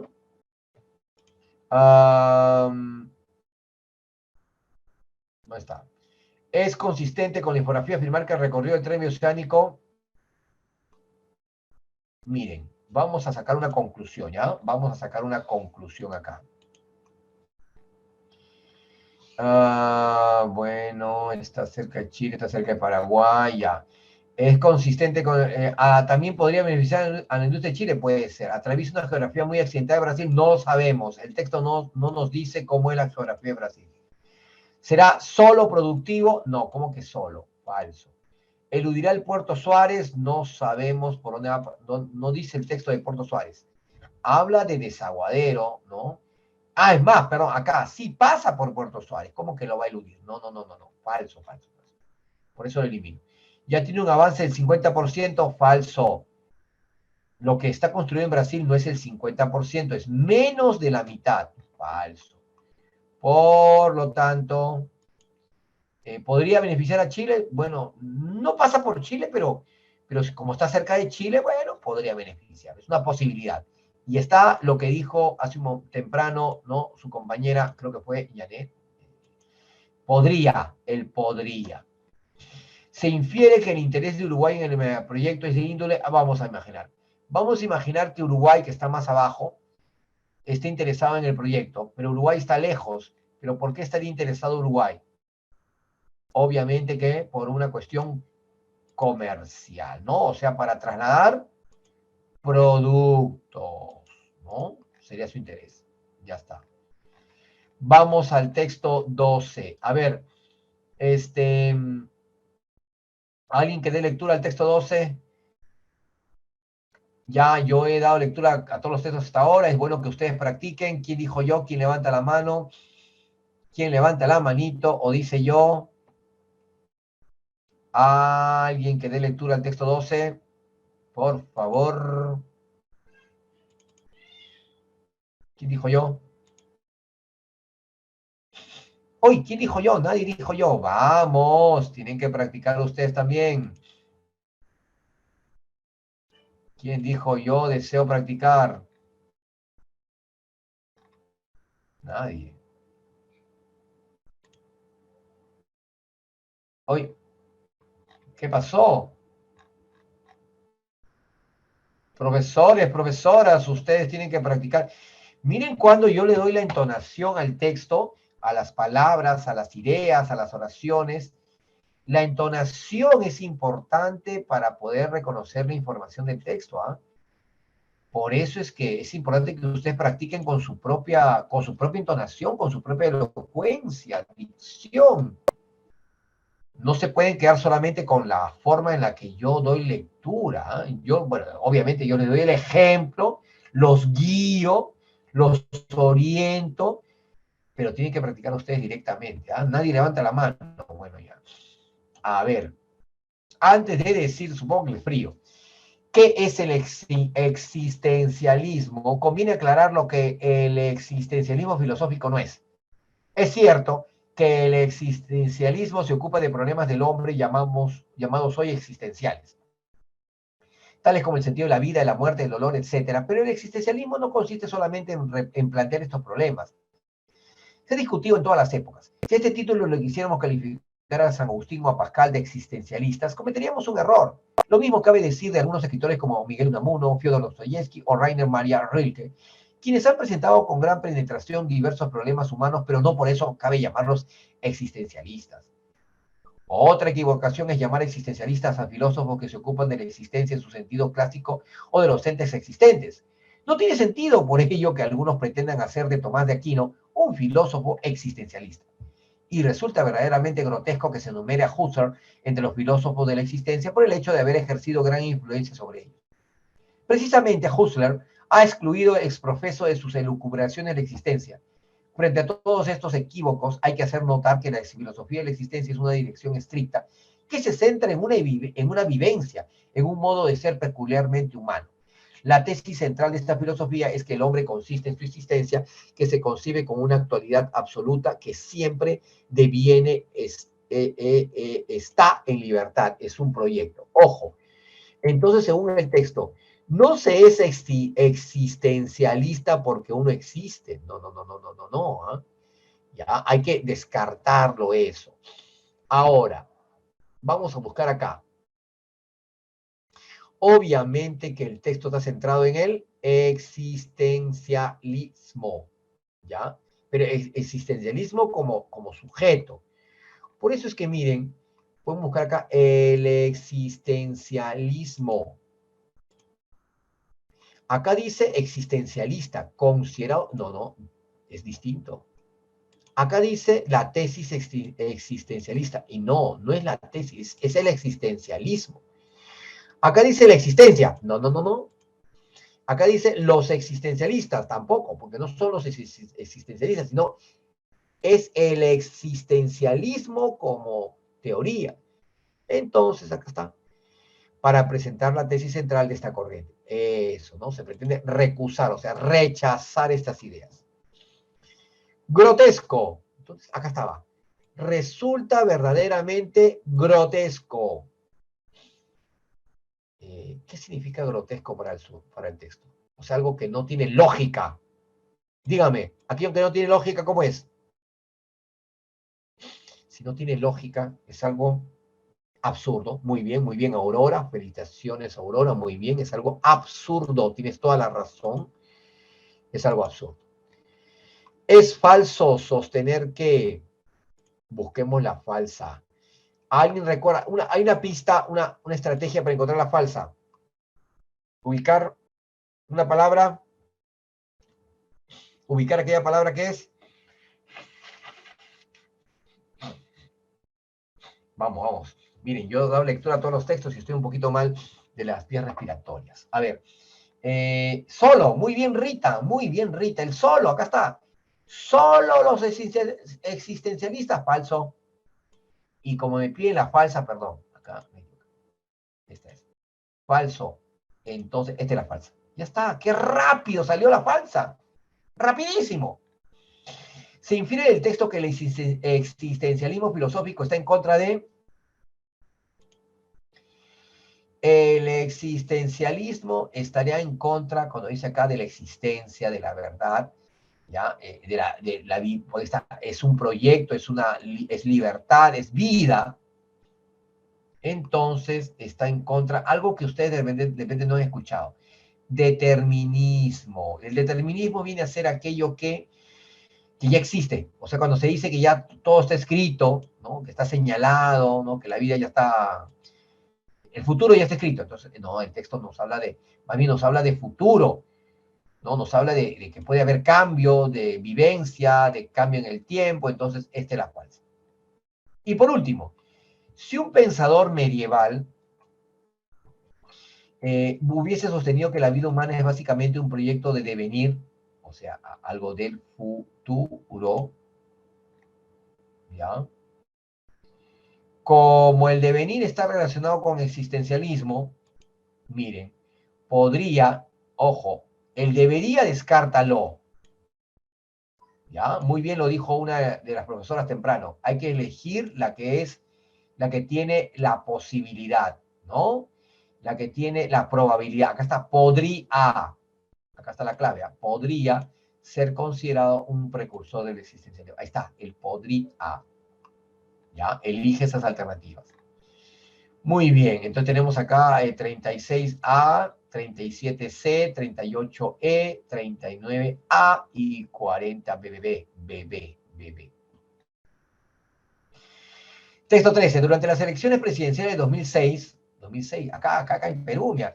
¿Quién ganó las elecciones presidenciales de 2006 en Perú? ¿Quién la ganó? ¿Quién la ganó? ¿Quién la ganó? ¿Quién la ganó? ¿Quién ganó? ¿Quién gobernó del 6 al 11? ¿Ah? ¿No lo saben? Ya, el texto lo dice. En plena bonanza exportadora se comenzó a discutir abiertamente la creación de un impuesto a las utilidades extraordinarias generadas por el alza sin precedentes de precios y demanda de minerales. Aunque tanto Humala como Alan García consideraron su aprobación, dado los arreglos electorales con las élites económicas y el candidato aprista y los antecedentes de relaciones cercanas entre las empresas mineras y dirigentes apristas generados durante el periodo de Toledo, no sorprende el hecho de que una vez elegido el presidente García optara por una política altamente permisiva. En efecto, en lugar de una negociación de poder a poder, al final terminó primando sin ninguna dificultad una propuesta presentada por las grandes corporaciones mineras, donde un selecto grupo de ellas decidía voluntariamente hacer inversiones sociales y de infraestructura en lugar de pagar el impuesto.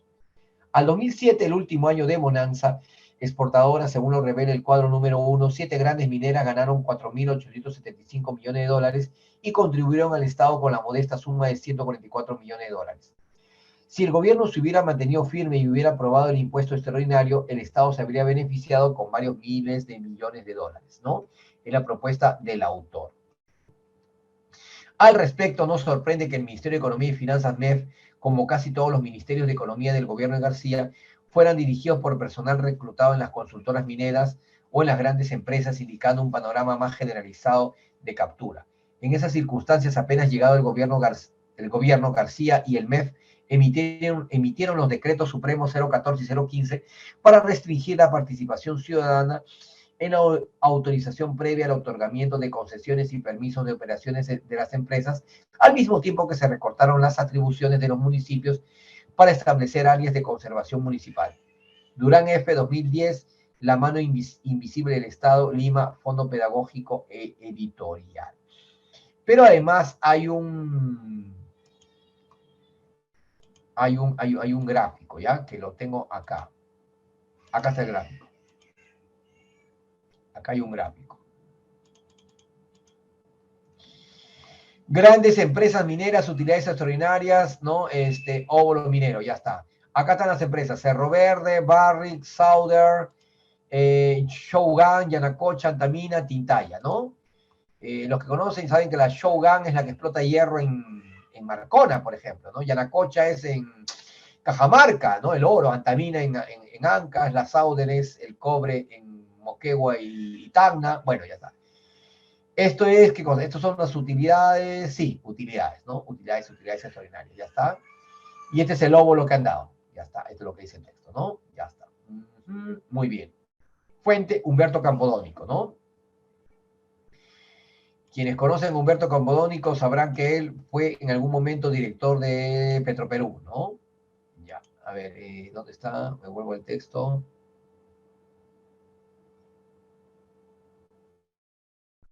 Ya, acá está. Muy bien. Restringir. Ya saben que restringir es prohibir. Por lo tanto, ¿cuál será el antónimo de restringir?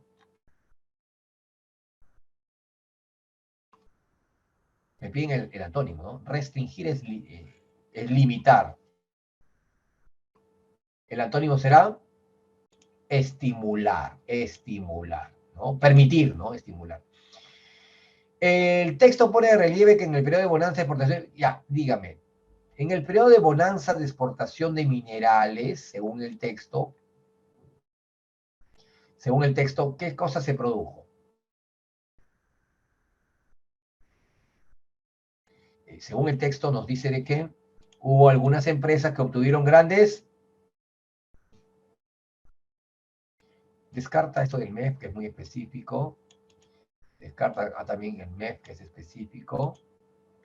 Descarta la de 144 millones de dólares, que es específico. Pero acá está, ¿no? Con la anuencia del gobierno de ese entonces, de ese entonces, y en perjuicio de la economía peruana, las grandes corporaciones mineras se beneficiaron con ganancias considerables. Según el autor del texto, esto sucedió, ¿no? Ya está.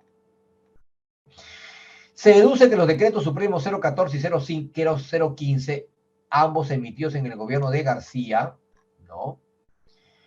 ¿Qué habrá pasado con estos decretos supremos? ¿A quién habrán beneficiado? ¿Se acuerdan ustedes, según el texto que decía? A las mineras, ¿verdad? Ya está. Y si beneficiaron a las mineras, obviamente fueron muy bien recibidos por los mineros, ¿no? Por las corporaciones mineras. Claro, según el texto, ¿a quién favorecieron? A las mineras. ¿Ya está?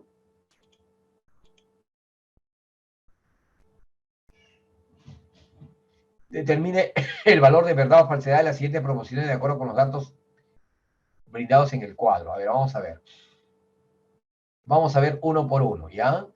A ver, las sobreutilidades del 2006 respecto del 2005 fueron muy superiores. Vamos a ver. Vamos a volver al cuadro. ¿Ya? 2006 fueron muy superiores al 2005. Vamos a ver al cuadro. Vamos a volver al cuadro. Las de 2006 fueron superiores a 2005. Sí, ¿verdad? Mira, mira. Sí, sí, fueron superiores. Verdad, verdadero. Verdadero. Ya, yo voy marcando acá, ¿ya? Voy a marcar verdadero y después voy leyendo y vamos viendo el cuadro, ¿ya? Las sobreutilidades de 2007 colmaron las expectativas de todas las mineras. Cuidado con el todas. Ya que dice todas, falso, falso, falso, falso. El óvulo minero de Antamina fue superior al de Yanacocha. Busquemos en el texto otra vez. Digo, en el cuadro, ¿no? Un ratito, acá está. La de, ¿cómo dice? Perdón, ya me olvidé. La de Antamina superior a Yanacocha, ya. La de Antamina, ¿dónde está Antamina? Antamina, ya. Sí, sí, sí, es verdad, fue superior. Sí, fue superior, ya está. Entonces acá es verdadero, verdadero, verdadero. El óvulo minero de 2007 llegó al 5% de montos de utilidades extraordinarias. Uy, caray, 5%. A ver. El óvulo de 2007. 5%. No, ni hablar, no es el 5%, ¿no? 5% sería 4,8, sería 2,43 más o menos, ¿no? 2,43, no, es 144, no es el 5%. No es el... Miren, ¿ah? Eso es matemática, matemáticamente es, ¿no? Uno saca la conclusión, uno saca la operación al ojo puede sacarlo, ¿ah? Ojo, ¿ah? Miren, por eso hay que ser bueno en matemática también, ¿ah? Hay que ser muy bueno en matemática. Entonces, es falso. No es el 5%, no es el 5%, ya está. Por lo tanto, BF, ahí está, BF. Esta es la respuesta. Y la 45 me dice, si en el gobierno de García Pérez hubiesen primado los intereses económicos, si hubieran primado los intereses de la nación, ¿cuál sería lo correcto? Le hubieran puesto el impuesto, ¿no? A las empresas. O sea, se habría rechazado el óvulo para crear un impuesto extraordinario más significativo, ¿no? Si es que García Pérez hubiera si en sus decisiones hubiera primado los intereses de la nación. O sea que la respuesta acá tenemos en la 41 B de bueno, en la 42 D de dado, en la 43 C de corporación, en la 44 D de distinto y en la 45 D de decisión. ¿Ya? Muy bien. Entonces, acá están las respuestas. Un ratito vamos a guardarlo como. Lo pongo acá. Vamos a guardar acá. C, D, T. A ver. Compresión de textos. Hoy estamos 16, ¿verdad? 16 de julio. Ya está. Muy bien. Ahí está. Entonces, muy bien, le voy a enviar este archivo al coordinador, ya, para que ustedes puedan tenerlo, y tener la respuesta. ¿Perfecto? Ah, la 40 me decía, la 40, la 40, la 40, la 40, la 40, 41. La 40 es B de bueno, B de bueno. Listo. Listo, profesores, hasta aquí hemos llegado con todas las respuestas, con los textos practicados. Y bueno, nos estamos viendo entonces el próximo jueves, ¿ya? La semana pasada, al igual que hoy, nadie ha dado lectura. ¿Ah? Tienen que practicar por su cuenta. Yo les he dicho, ¿ah? Tienen que practicar. Listo, un abrazo grande y nos vemos la próxima clase. Cuídense mucho. Hasta luego. Hasta luego. Adiós, adiós, adiós, adiós.